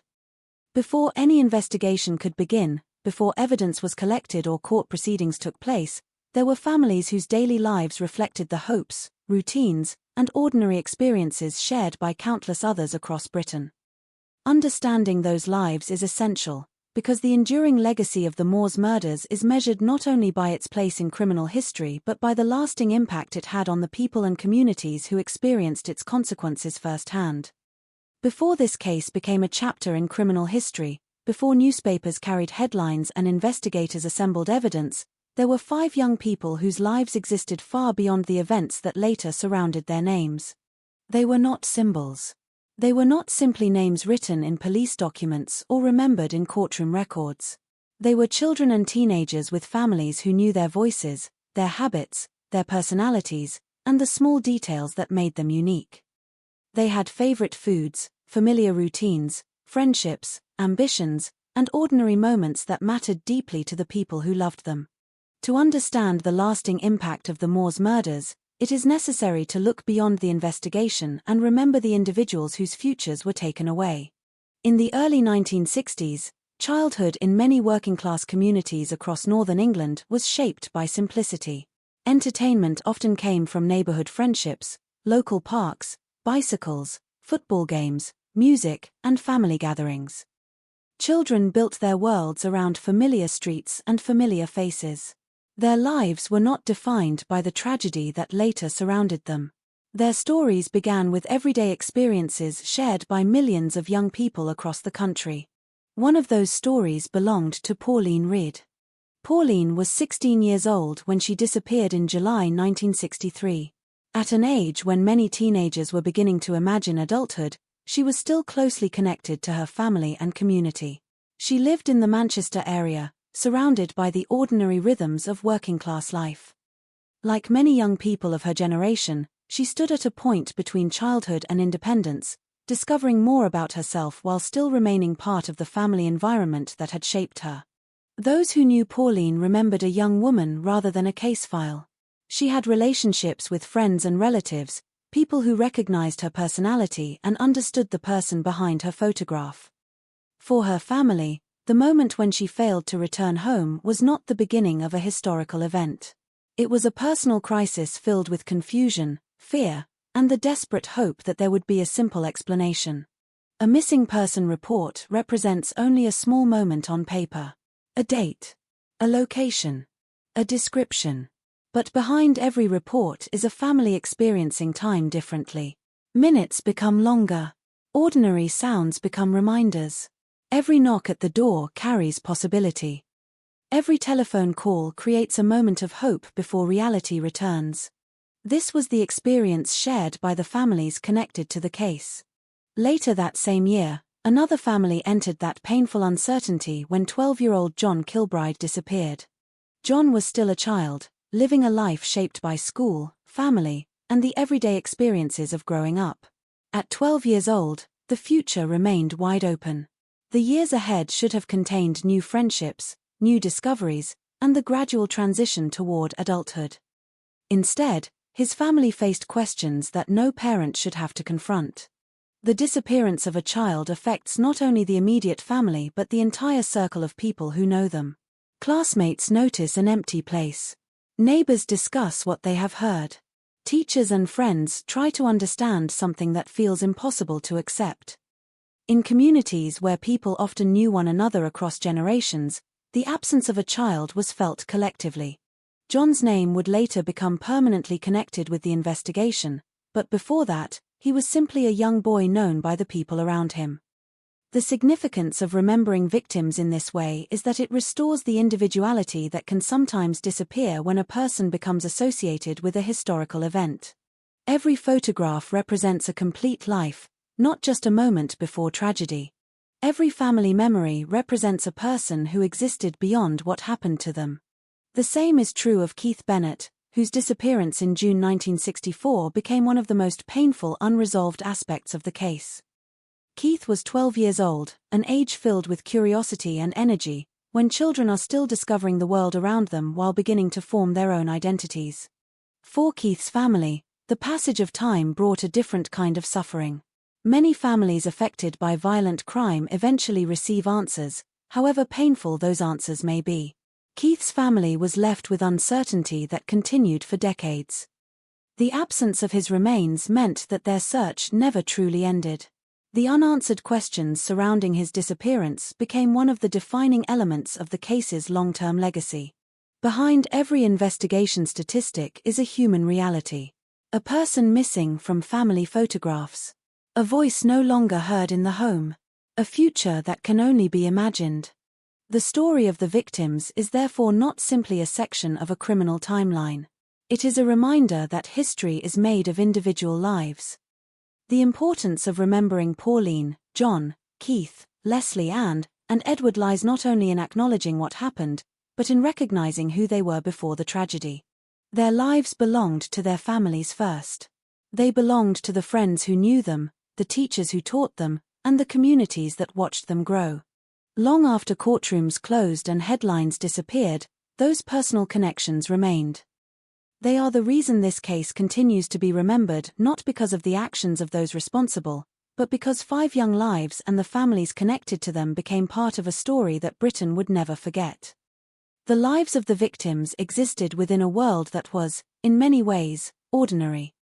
Their homes were part of neighborhoods filled with familiar sounds, children playing in the streets, conversations between neighbors, the movement of buses carrying workers, and the daily routines that gave communities their sense of stability.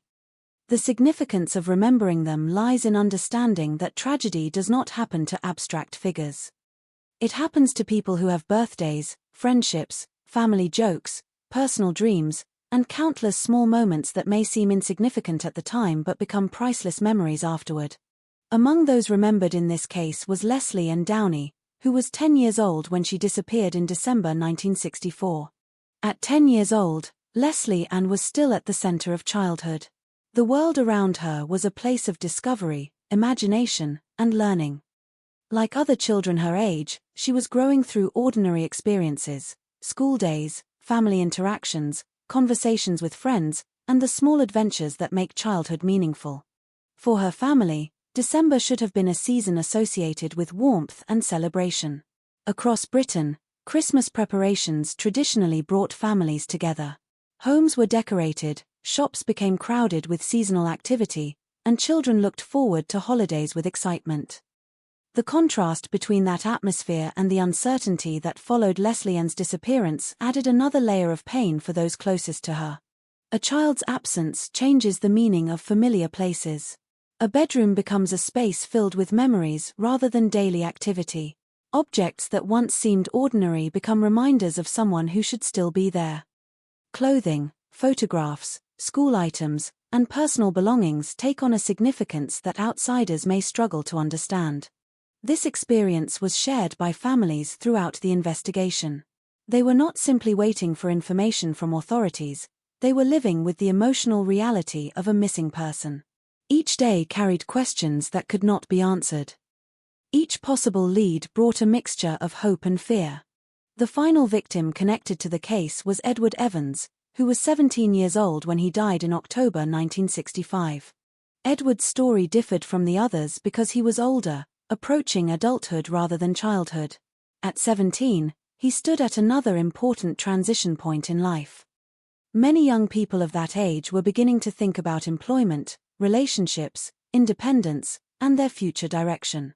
Like teenagers everywhere, Edward existed between two stages of life, no longer a child, but not yet fully an adult. His death became the event that eventually brought the investigation into a new phase. However, when remembering Edward, it is important not to view him only through the circumstances of his death. He was a young man with his own identity, known by people who cared about him. His life was more than the final events that brought his name into public attention.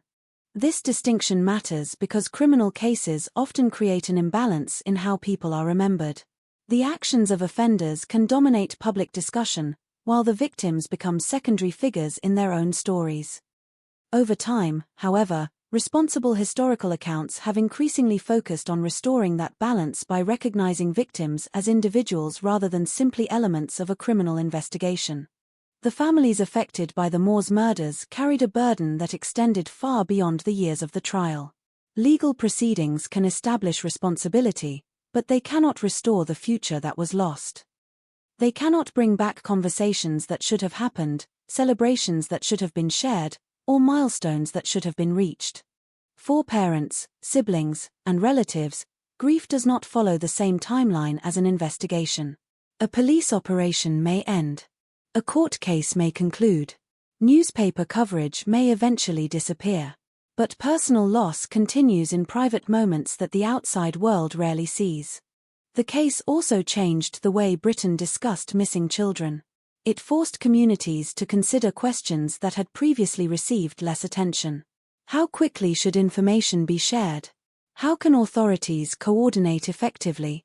How can society balance trust and caution? These questions emerged from painful circumstances, but they contributed to changes in awareness and safeguarding practices in later decades. Yet behind those broader lessons remained 5 individuals whose lives deserved to be remembered separately. Pauline Reade was not only the first name connected to the investigation. She was a daughter, a sister, and a teenager with her own experiences and relationships. John Kilbride was not simply a missing child recorded in police documents. He was a 12-year-old boy whose family knew his personality, his habits, and the everyday details that made him unique. Keith Bennett was not only the victim whose disappearance remained unresolved. He was a child whose family continued searching for answers long after many others had stopped looking. Leslie Ann Downey was not merely the youngest victim. She was a 10-year-old girl whose life should have continued through years of growth and discovery. Edward Evans was not only the final victim connected to the investigation. He was a young man whose future was taken away before he had the chance to experience adulthood. Remembering these individuals requires looking beyond the crime itself. It requires recognizing the ordinary lives that existed before history interrupted them. The story of the Moors murders remains one of tragedy, investigation, and social change. But at its foundation is a much simpler truth: 5 people mattered. Their lives mattered before the case became famous, and they continue to matter because they were more than the circumstances that ended their lives. The passage of time can transform events into history, but history must never erase humanity. The most meaningful way to remember this case is not through the actions of those responsible, but through the lives, families, and memories of those who were lost.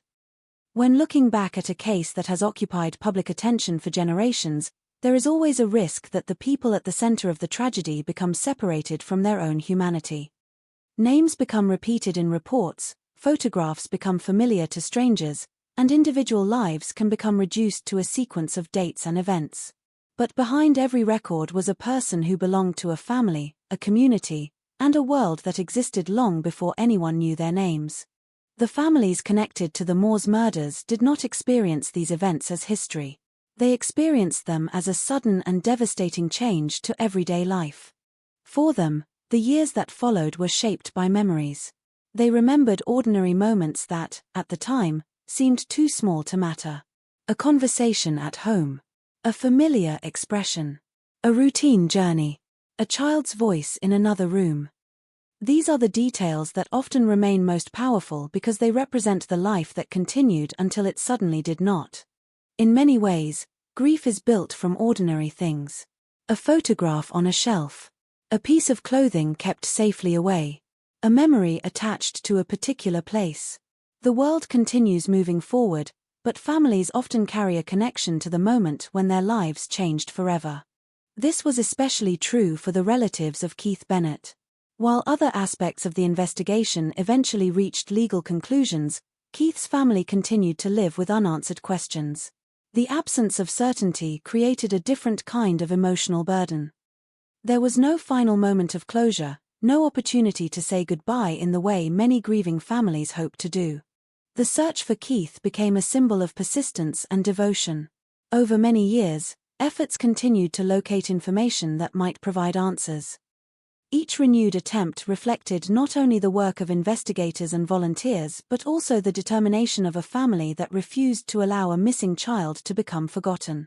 The experience of Keith's family highlights an important aspect of unresolved cases.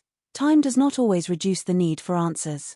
Decades may pass, public attention may decrease, and society may move on to other events, but for those directly affected, the search can remain deeply personal. The same human reality applied to every family involved. Pauline Ridd's relatives, John Kilbride's loved ones, Leslie and Downey's family, and Edward Evans's family all experienced their own forms of loss. Each had their own memories, their own way of grieving, and their own relationship with the person they lost. Their experiences also remind us that victims should not be remembered only through the tragedy that ended their lives. A person's identity is created through thousands of moments, relationships formed, lessons learned, friendships built, and dreams imagined. A young person is never only the final chapter of their story. Pauline was not only a name in an investigation file. She was a teenager living within a family and a community, experiencing the hopes and uncertainties of growing up. John was not only remembered because of the circumstances surrounding his disappearance. He was a child with his own personality, known by those who shared his everyday life. Keith was not only connected to an unanswered question. He was a son whose family continued to search for him because his life remained meaningful. Leslie Ann was not only remembered because she was the youngest victim. She was a child whose future should have unfolded through countless ordinary experiences. Edward was not only associated with the events that ended the investigation. He was a young person whose life had value beyond the case that later carried his name. This way of remembering victims has become increasingly important in discussions about crime and history. A criminal investigation naturally focuses on evidence, suspects, and legal outcomes. Those elements are necessary to understand what happened. But a complete understanding must also include the people affected, because the purpose of justice is ultimately connected to protecting and respecting human lives. The Moors murders changed British society in many ways. They influenced conversations about policing, child safety, and public awareness. They became a subject of study for researchers examining criminal behavior and investigative methods. Yet beneath all of those historical discussions remains a simple human truth: the consequences were experienced by families who lost people they loved. More than half a century later, the case continues to be remembered not because it represents something mysterious or distant, but because it demonstrates how deeply individual lives can affect a nation's collective memory. The victims' stories are the foundation of understanding the entire case. Without recognizing who they were before tragedy, any account becomes incomplete. Their lives existed before the investigation, before the headlines, and before the courtroom. And that is where their stories truly begin, not with what was taken from them, but with what they gave to the people around them: family bonds, memories, relationships, and moments that continue to exist long after they were gone. Their names remain because people remember them. Their stories remain because they mattered. By the middle of the 1960s, the communities surrounding Manchester had already experienced a growing sense of unease. Several young people had disappeared over a period of time, and although each case was initially investigated separately, the uncertainty surrounding them created a difficult atmosphere for families and local residents. People were searching for explanations, but the information available to them remained incomplete. At the center of these events were two individuals whose names would later become permanently associated with one of Britain's most notorious criminal cases, Ian Brady and Myra Hindley. Before their crimes were uncovered, they appeared to many people as ordinary members of society. They worked, interacted with others, and moved through everyday environments without immediately drawing public attention. This contrast between appearance and reality became one of the most disturbing elements of the case.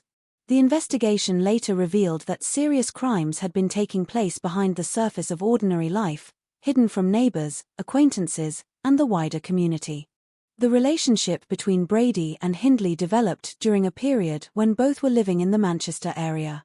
Their association gradually became closer, and over time they became connected through shared actions that would eventually lead to a series of crimes against young victims. The extent of their involvement would only become clear after investigators uncovered evidence linking them to multiple disappearances. The first confirmed victim connected to the case was Pauline Reed, whose disappearance in July 1963 marked the beginning of a chain of events that would later be examined in court. At the time, however, her family and investigators did not know that her disappearance was connected to any wider pattern. Like many missing person cases, it began with uncertainty and the urgent search for information. As months passed, another disappearance occurred. John Kilbride, 12 years old, went missing later in 1963. The similarities between the cases were not immediately understood. Each family experienced its own period of fear and uncertainty, while investigators attempted to gather facts from limited information. The following year brought another disappearance. Keith Bennett vanished in June 1964, and his case would become one of the most painful unresolved aspects of the entire investigation. His disappearance remained a source of ongoing questions, with his family continuing to seek answers for decades afterward. The disappearance of Leslie and Downey later that year intensified public concern. By this point, the pattern of missing children and young people had created increasing pressure on authorities to determine whether these cases were connected. Communities that had once assumed safety through familiarity began confronting a much more difficult reality. However, the investigation did not immediately reveal the full truth. At this stage, detectives were still working with separate pieces of information. They were attempting to understand individual disappearances while lacking the complete picture that would later emerge. The turning point came in October 1965 with the death of Edward Evans. Unlike the earlier cases, this event occurred in circumstances that brought crucial information directly to investigators.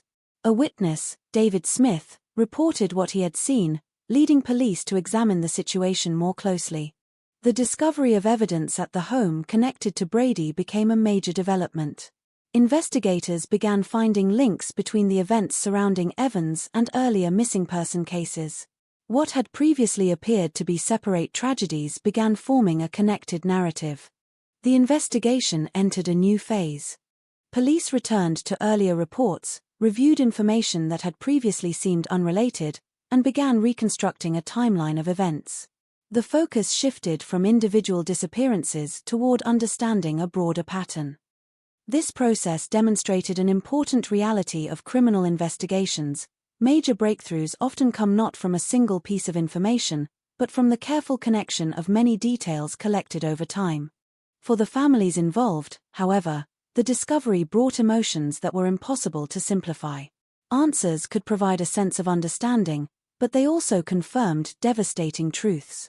The uncertainty that had allowed hope to survive was replaced by painful knowledge. The case moved from missing person investigations into a major criminal inquiry that would attract national attention.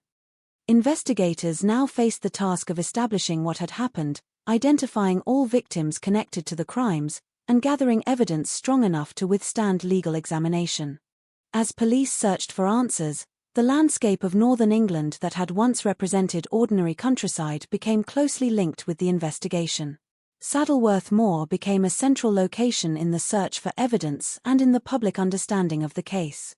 The events that unfolded between 1963 and 1965 would eventually lead to one of the most significant criminal trials in British history. But before the courtroom proceedings, there remained a difficult process of discovery, investigators attempting to reconstruct the past, families attempting to understand unimaginable loss, and a nation attempting to comprehend how such events could have occurred within ordinary communities. The path toward justice had begun, but the full story was only starting to emerge. The events of October 1965 marked a significant change in the investigation that had, until that point, remained fragmented and uncertain. For more than 2 years, families had lived with unanswered questions, and police officers had worked through individual reports without knowing the full connection between them. The disappearance of several young people had created concern, but the evidence required to reveal the wider pattern had not yet emerged. That changed when information connected to Edward Evans came to the attention of authorities. Unlike earlier cases, this incident immediately provided investigators with a direct path toward understanding what had occurred. A witness, David Smith, reported what he had seen, and his information led police officers to examine the circumstances more closely. What initially appeared to be a single investigation soon expanded as officers began discovering links to previous disappearances. The process that followed was not a simple revelation of the truth. It was a careful reconstruction of events. Detectives had to examine records, compare statements, revisit earlier reports, and determine which pieces of information could be connected. Each discovery raised new questions about the disappearances that had remained unsolved for years. Investigators were now faced with a difficult task, understanding not only what had happened to Edward Evans, but whether the same individuals could be connected to the missing young people whose families had been waiting for answers. The importance of this stage cannot be understood only through official documents. For the families who had spent months or years hoping for a different outcome, the investigation represented a painful transition. The possibility of finding answers had always existed, but answers could also bring devastating confirmation. The end of uncertainty does not always mean the end of suffering. As police gathered evidence, attention increasingly turned toward Ian Brady and Myra Hindley. Their connection to the disappearances became the central focus of the investigation, and authorities began examining their movements, relationships, and possible involvement in earlier events. The case also revealed how difficult it can be to identify danger when it does not appear in obvious ways. People who knew Brady and Hindley described interactions with them before the investigation exposed the crimes. The contrast between everyday appearances and hidden actions became one of the elements that most deeply affected public understanding of the case. For investigators, the challenge was transforming suspicion into evidence. Criminal investigations require more than assumptions or public concern. They require facts that can be examined, tested, and presented in a legal setting. Every statement had to be evaluated. Every piece of evidence had to be carefully recorded. The process demanded patience and precision. The search for information also brought renewed attention to Saddleworth Moor. The landscape became an important part of the investigation as authorities attempted to locate evidence connected to the missing victims. Search operations across open terrain required considerable effort, with officers working through difficult conditions while trying to provide answers to families who had already endured years of uncertainty. The significance of these searches extended beyond the physical discovery of evidence. They represented a commitment to remembering the missing individuals as people whose families deserved truth. Every step taken across the landscape was connected to a larger purpose: understanding what had happened and ensuring that those who were lost would not disappear from public memory. Meanwhile, public reaction intensified. News of the investigation spread across Britain, and many people struggled to understand how such events could have occurred within communities that appeared ordinary and familiar.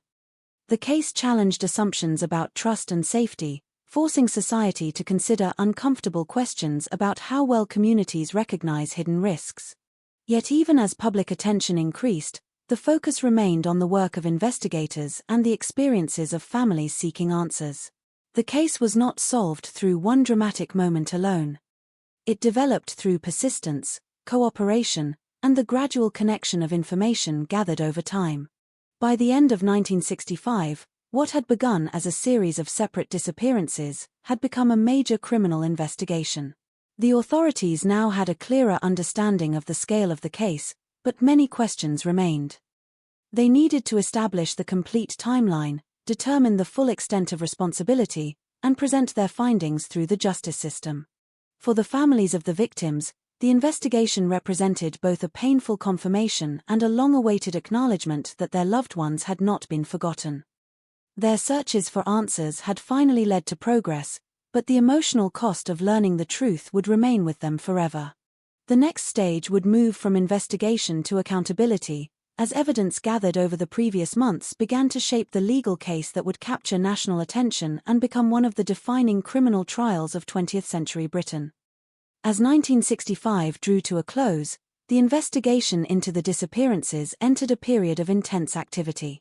What had once been a series of separate tragedies was now understood as part of a much larger and more complex case.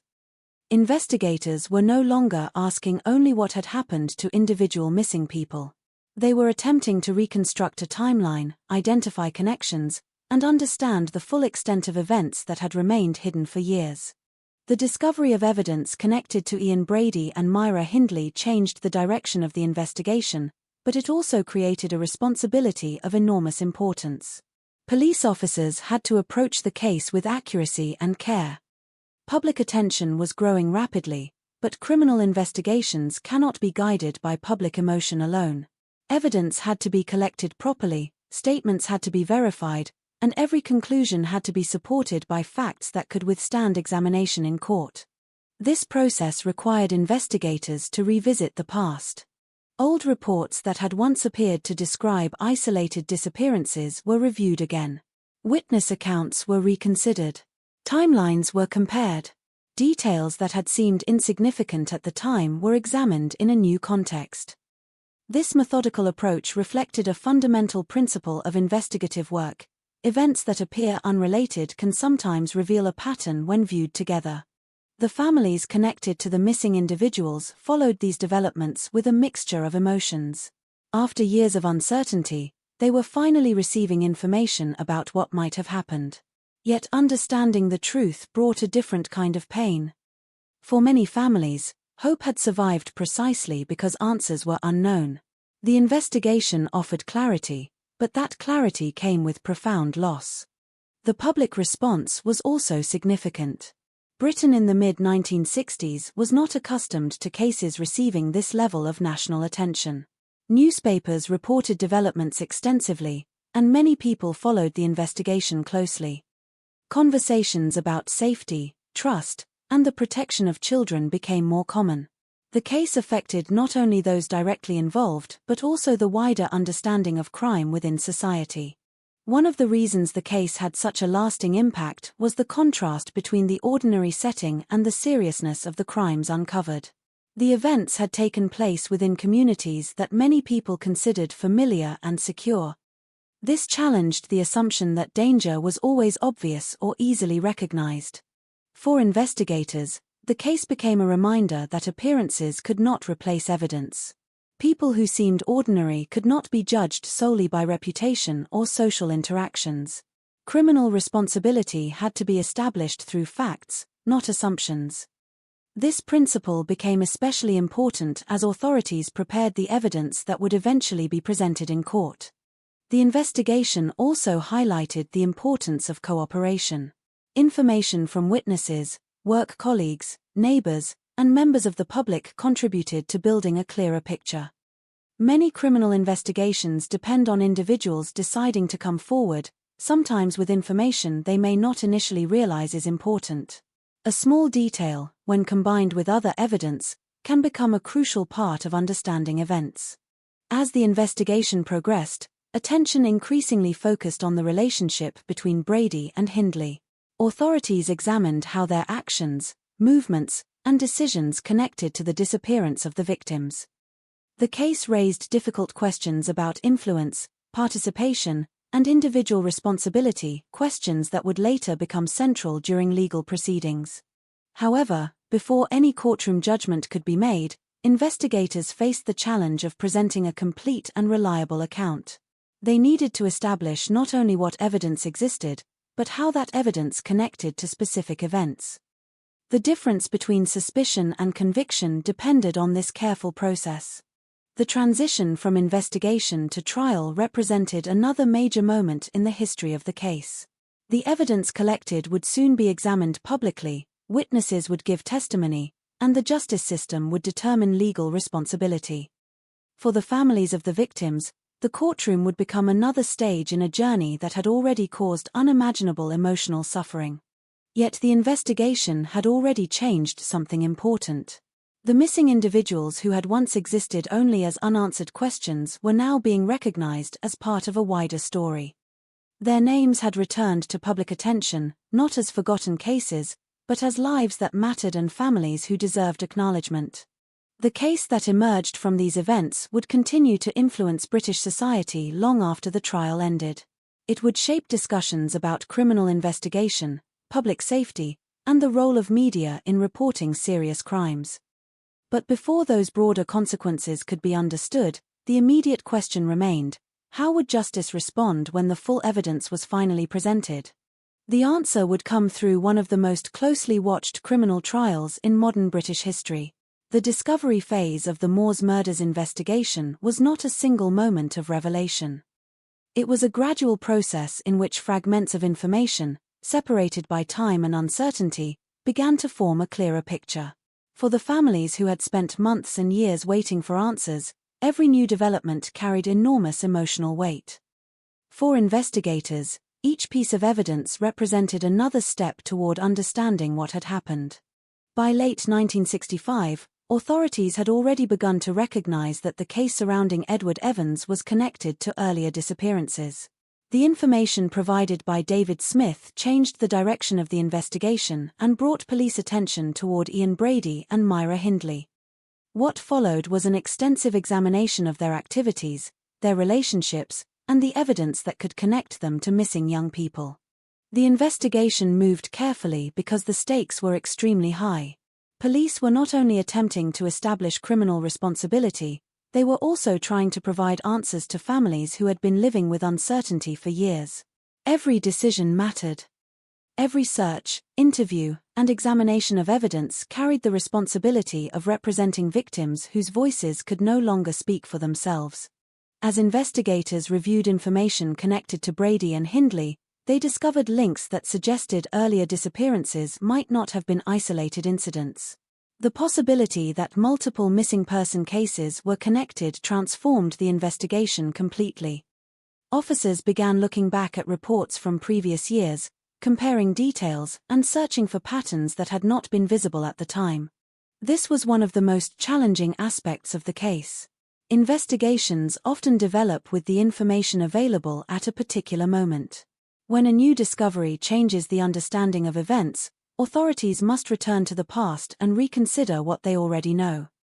Details that once seemed ordinary may become significant when placed into a larger context. The focus of investigators eventually turned toward Saddleworth Moor, an area that had become connected with the search for evidence. The landscape presented difficult conditions. Unlike a controlled environment, open countryside changes constantly. Weather, vegetation, and the passage of time all affect the ability to locate and preserve information. Search teams had to work methodically, carefully examining an environment that stretched across a wide and challenging area.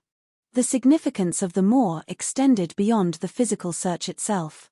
It represented the unanswered questions that had surrounded the case since the first disappearances. For families, it became associated with the hope of finally learning what had happened. For investigators, it became a place where patience and careful work were essential. Search operations required cooperation between different specialists and authorities. Officers documented findings, examined locations, and continued gathering information that could help reconstruct events. The work was demanding, often requiring long periods of concentration under difficult conditions. The discoveries made during the investigation confirmed the connection between the missing person cases and the suspects. Each finding changed the understanding of what had occurred and moved the case closer to a complete legal examination. However, these discoveries also brought a painful reality for the families involved. The answers they had waited for came at an unbearable cost. For the relatives of the victims, the investigation was not simply about evidence or procedure. It was about people they loved. Every official announcement represented a moment of emotional difficulty. The same information that allowed investigators to move forward also represented the loss of possibilities that families had continued to hold on to. The case also revealed the importance of persistence in investigations. The truth was not uncovered through one simple discovery but through the combination of many efforts over time.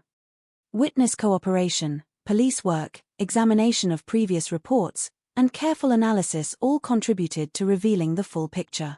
As the investigation progressed, the public became increasingly aware of the scale of what authorities were uncovering. Britain watched as the case moved from a series of unexplained disappearances into a national criminal investigation. The attention was intense, but behind the headlines remained the quieter work of investigators attempting to build an accurate account of events. The discovery stage marked a transition between uncertainty and understanding. The families who had spent years asking questions were finally receiving answers, but those answers brought grief as well as closure. The investigation could explain what had happened, but it could not undo the suffering that had already taken place. Ultimately, the purpose of discovery was not simply to find evidence. It was to restore a sense of truth to a case that had left many people searching for it. The victims had been missing from their families' lives for years, but through the work of investigators, their stories were brought back into public awareness. The next stage would move from discovery into the formal process of investigation and prosecution, where the evidence gathered would be examined and tested. The questions that had remained unanswered for so long would soon be presented before the justice system, beginning a trial that would become one of the most significant criminal proceedings in British history. The days and weeks following the breakthrough in the investigation brought a transformation in how authorities understood the case. What had once appeared to be a collection of separate disappearances was now being examined as a connected series of events. For detectives, this meant returning to earlier assumptions and rebuilding the timeline from the beginning. For the families, it meant confronting the painful reality that the answers they had searched for were finally beginning to emerge. Investigations of this scale depend upon organization and patience. Police officers had to carefully separate facts from speculation, ensuring that every conclusion was supported by evidence. Public attention was intense, and the media followed developments closely, but the work of investigators continued behind closed doors through interviews, documentation, and analysis. The process involved revisiting the stories of those who had disappeared. Each victim represented an individual investigation before the wider pattern became known. Police reviewed when and where each person was last seen, who they had interacted with, and what information had been gathered at the time. This work was not simply about building a criminal case, it was about reconstructing the final known movements of people whose families had spent years waiting for clarity. The investigation also highlighted the importance of witnesses. Many criminal cases are ultimately shaped by people who choose to share what they know, even when that information may be difficult to provide. In this case, statements from individuals connected to the suspects helped authorities understand relationships, movements, and circumstances that had previously remained unclear. For investigators, every interview required careful consideration. Memories can change over time, and people may remember events differently depending on their perspective. Officers had to compare accounts, identify consistencies, and determine which details could be independently supported. The goal was not simply to create a narrative, but to establish a reliable record. As evidence continued to accumulate, the role of Saddleworth Moor became increasingly significant. The search of the area represented one of the most difficult aspects of the investigation because of the landscape itself. The open terrain, unpredictable weather, and natural conditions created challenges that required extensive planning and effort. The moor was not an easy environment to examine. It stretched across a large area, and conditions could change quickly. Investigators had to approach the search with discipline, recognizing that careful documentation was essential. The work demanded time and concentration rather than dramatic moments of discovery. The involvement of the moor also changed the public perception of the case. A place that had previously been known mainly for its natural landscape became permanently associated with a national tragedy. For many people, the name Saddleworth Moor would forever carry memories of the investigation and the families who continued seeking answers. However, it is important to remember that the landscape itself was not responsible for what occurred. The moor became part of the historical record because of the events connected to it, but it remained a natural environment shaped by geography, weather, and time. The human actions behind the case, rather than the location itself, were what created its significance. The discoveries made during this period also influenced broader discussions about criminal investigations. The case demonstrated the importance of connecting information across different reports and recognizing patterns that may not be immediately visible. It showed how a single investigation can change direction when new evidence emerges, requiring authorities to adapt their understanding of events. For the wider public, the revelations were difficult to process. Many people struggled with the idea that serious crimes had occurred within communities that appeared familiar and ordinary. The case challenged assumptions about how danger was recognized and how well communities could protect vulnerable individuals. Parents across Britain reflected on questions of safety. Communities discussed whether traditional ideas of trust and independence needed to change. Schools, families, and public institutions became more aware of the importance of safeguarding children. These conversations developed gradually, influenced by many social factors, but cases like this contributed to a changing national awareness. Despite the scale of public attention, the heart of the investigation remained with the families of the victims. They had lived through the uncertainty before the truth emerged, and they would live with the consequences afterward. No investigation, regardless of its success, could restore the futures that had been lost. The discovery stage therefore carried two meanings. From a legal perspective, it represented progress toward establishing responsibility. From a human perspective, it represented the painful moment when uncertainty gave way to reality. The investigators had uncovered a path toward justice, but justice itself would require another process, the examination of evidence in court, where responsibility would be formally determined. The next chapter of the case would move from searches and investigations into the courtroom, where witnesses, evidence, and legal arguments would determine how history remembered what had happened. The conclusion of the discovery phase did not bring an immediate sense of resolution. In many investigations, finding evidence is only the beginning of another difficult process. Facts must be organized, examined, and presented in a way that allows the justice system to determine responsibility. For the Moors murders investigation, the evidence gathered during this period became the foundation of a case that would later receive national attention. Behind the official progress of the investigation were countless hours of careful work. Police officers reviewed documents, conducted interviews, analyzed statements, and attempted to create the most accurate account possible. The public often sees investigations through major announcements or dramatic moments, but much of the real work happens quietly, through patience and attention to detail. Every investigation depends on reconstructing the past. Unlike events witnessed directly, crimes must often be understood through traces left behind, records, testimony, physical evidence, and memories. Investigators must work backward, asking what happened, when it happened, and how different pieces of information connect. In this case, the process involved looking at events that had occurred over several years. The passage of time created additional difficulties. Memories had to be carefully considered, earlier reports had to be reviewed, and investigators had to distinguish between information that was reliable and information that required further confirmation. The scale of the investigation also reflected the seriousness of the situation. Authorities were no longer dealing with one incident. They were examining multiple disappearances and attempting to understand the experiences of several families who had each been waiting for answers. For those families, the investigation represented a painful contradiction. On one hand, progress meant that their loved ones were finally receiving recognition and that unanswered questions were being addressed. On the other hand, every new discovery forced them to confront the reality of what had happened. This emotional complexity is often overlooked when criminal cases are discussed. Legal processes focus on evidence and responsibility, but families experience events through memory, grief, and personal connection.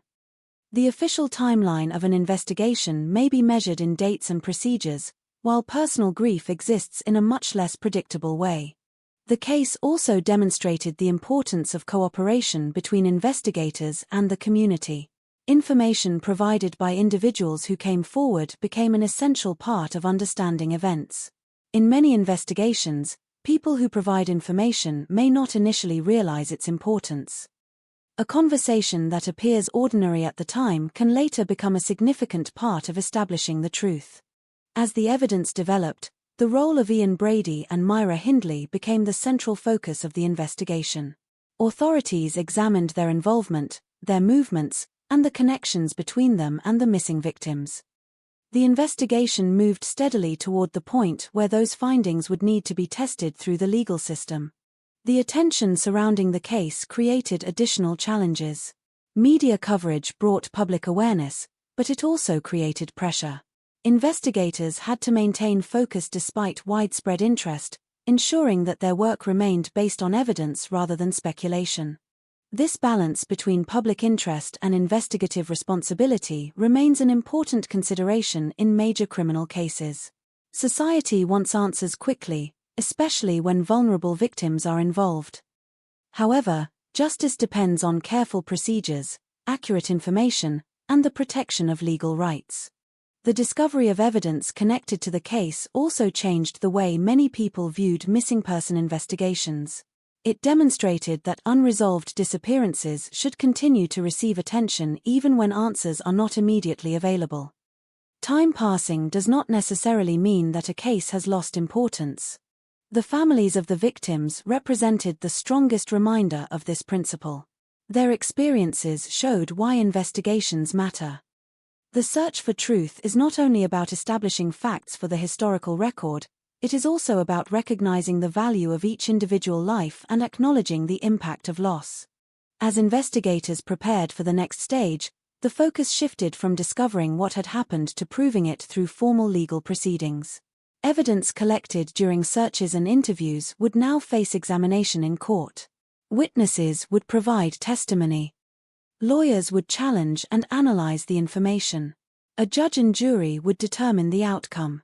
The transition from investigation to trial marked another significant moment in the history of the case. The public had learned that a serious criminal investigation was underway, but the justice system still had to examine the evidence carefully and reach its own conclusions.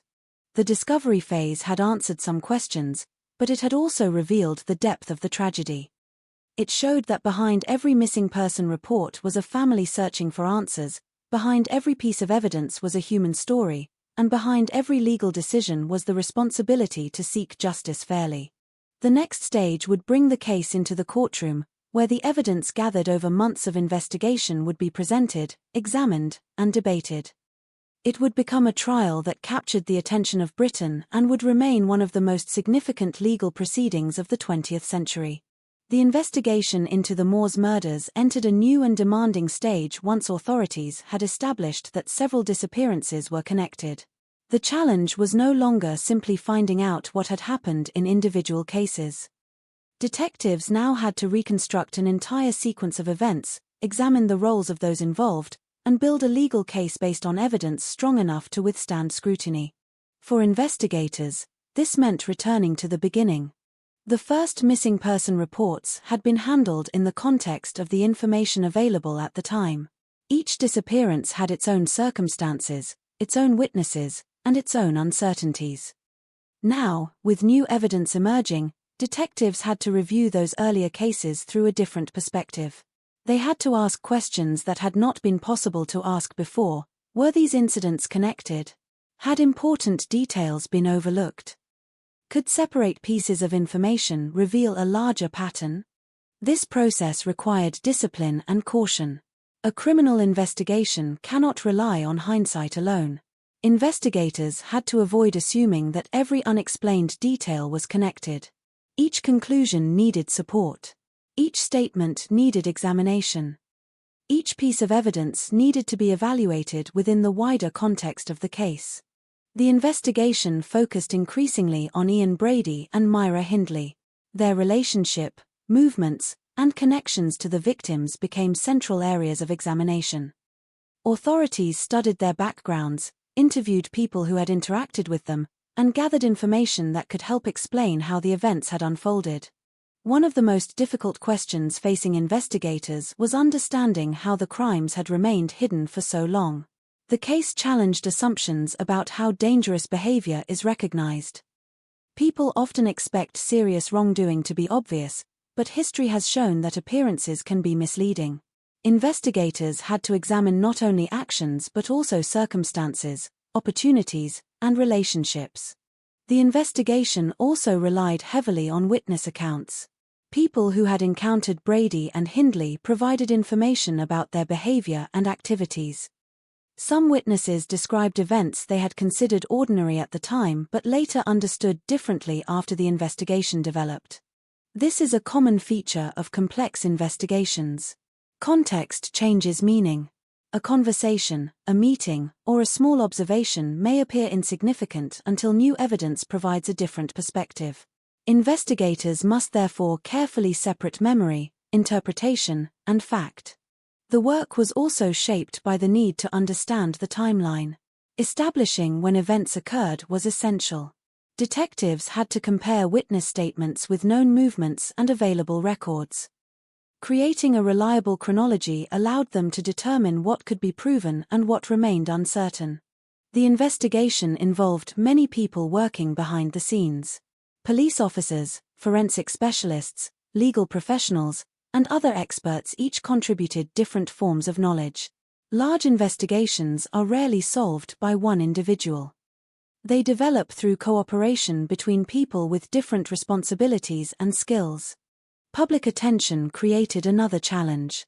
As details of the case became known, newspapers reported developments across Britain. The public wanted immediate answers, particularly because children and young people were among those affected. However, investigators had to continue working carefully rather than allowing outside pressure to influence their methods. The relationship between police and media was also evolving during this period.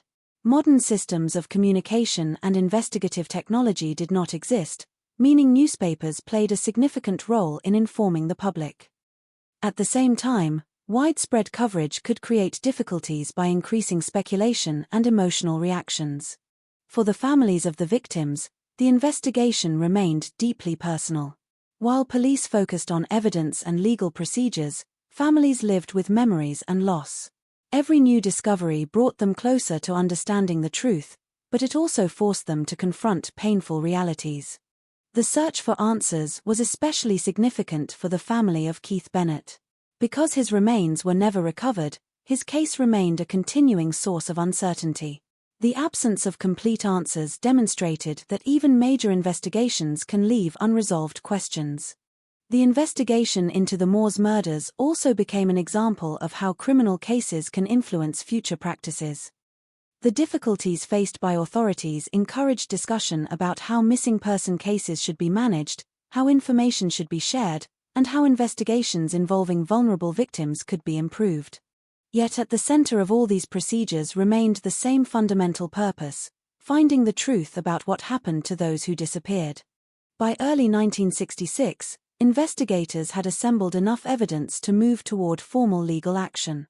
The case that had begun with uncertainty and unanswered questions was now approaching the courtroom.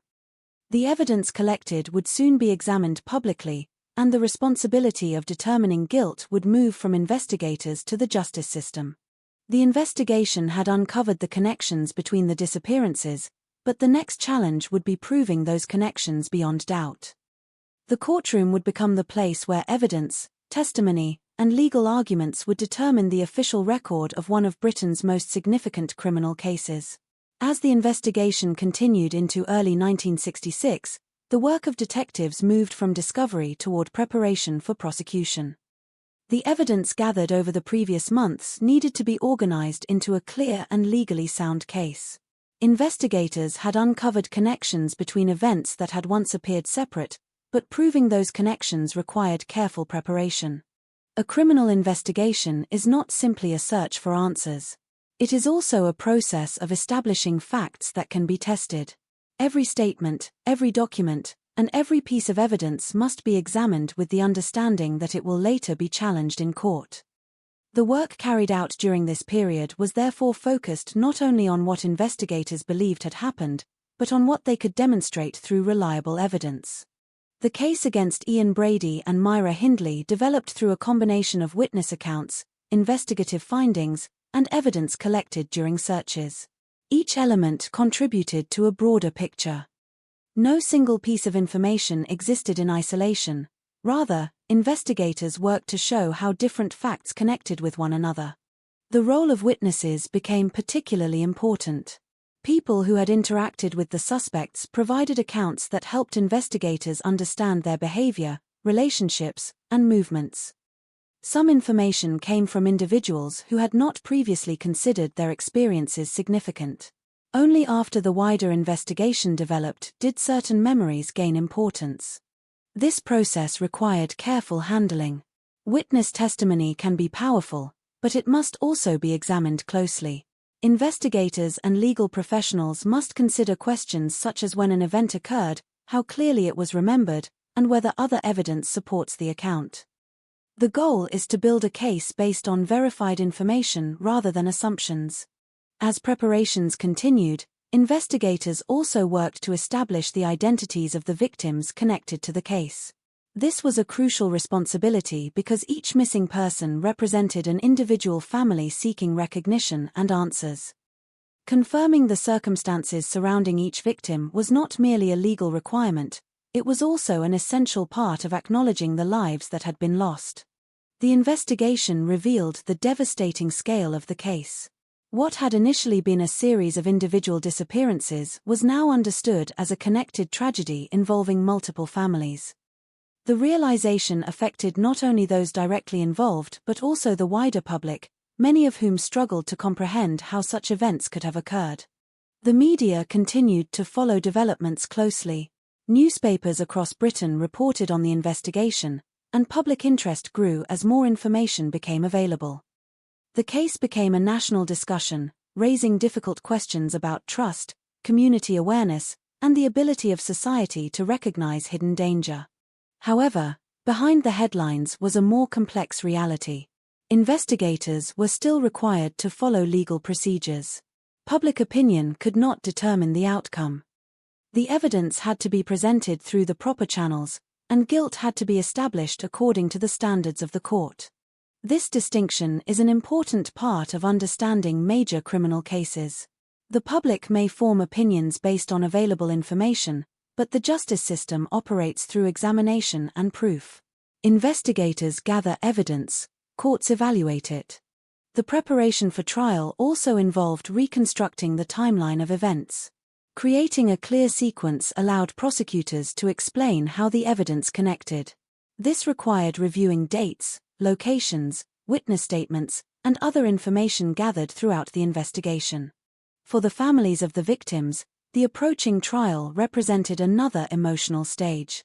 A court case can provide official recognition of what happened, but it also requires families to revisit painful events in a public setting. Legal proceedings may establish responsibility, but they cannot erase personal loss. The case also drew attention to the importance of remembering victims separately from the actions of offenders. As the investigation became widely known, there was a risk that public discussion would focus primarily on the suspects and the details of the crimes. Yet the lasting significance of the case rests with the lives that were affected and the families who continued carrying the consequences. By the time the investigation moved toward trial, authorities had assembled one of the most closely watched criminal cases in Britain. The evidence gathered over months of work would soon be presented before a court, where witnesses would testify and legal arguments would be examined. The transition from investigation to trial marked the beginning of a new chapter. The questions that had surrounded the disappearances for years would now be addressed within the formal structure of justice. The courtroom would become the place where the evidence was tested, responsibility was determined, and the historical record of the case was established.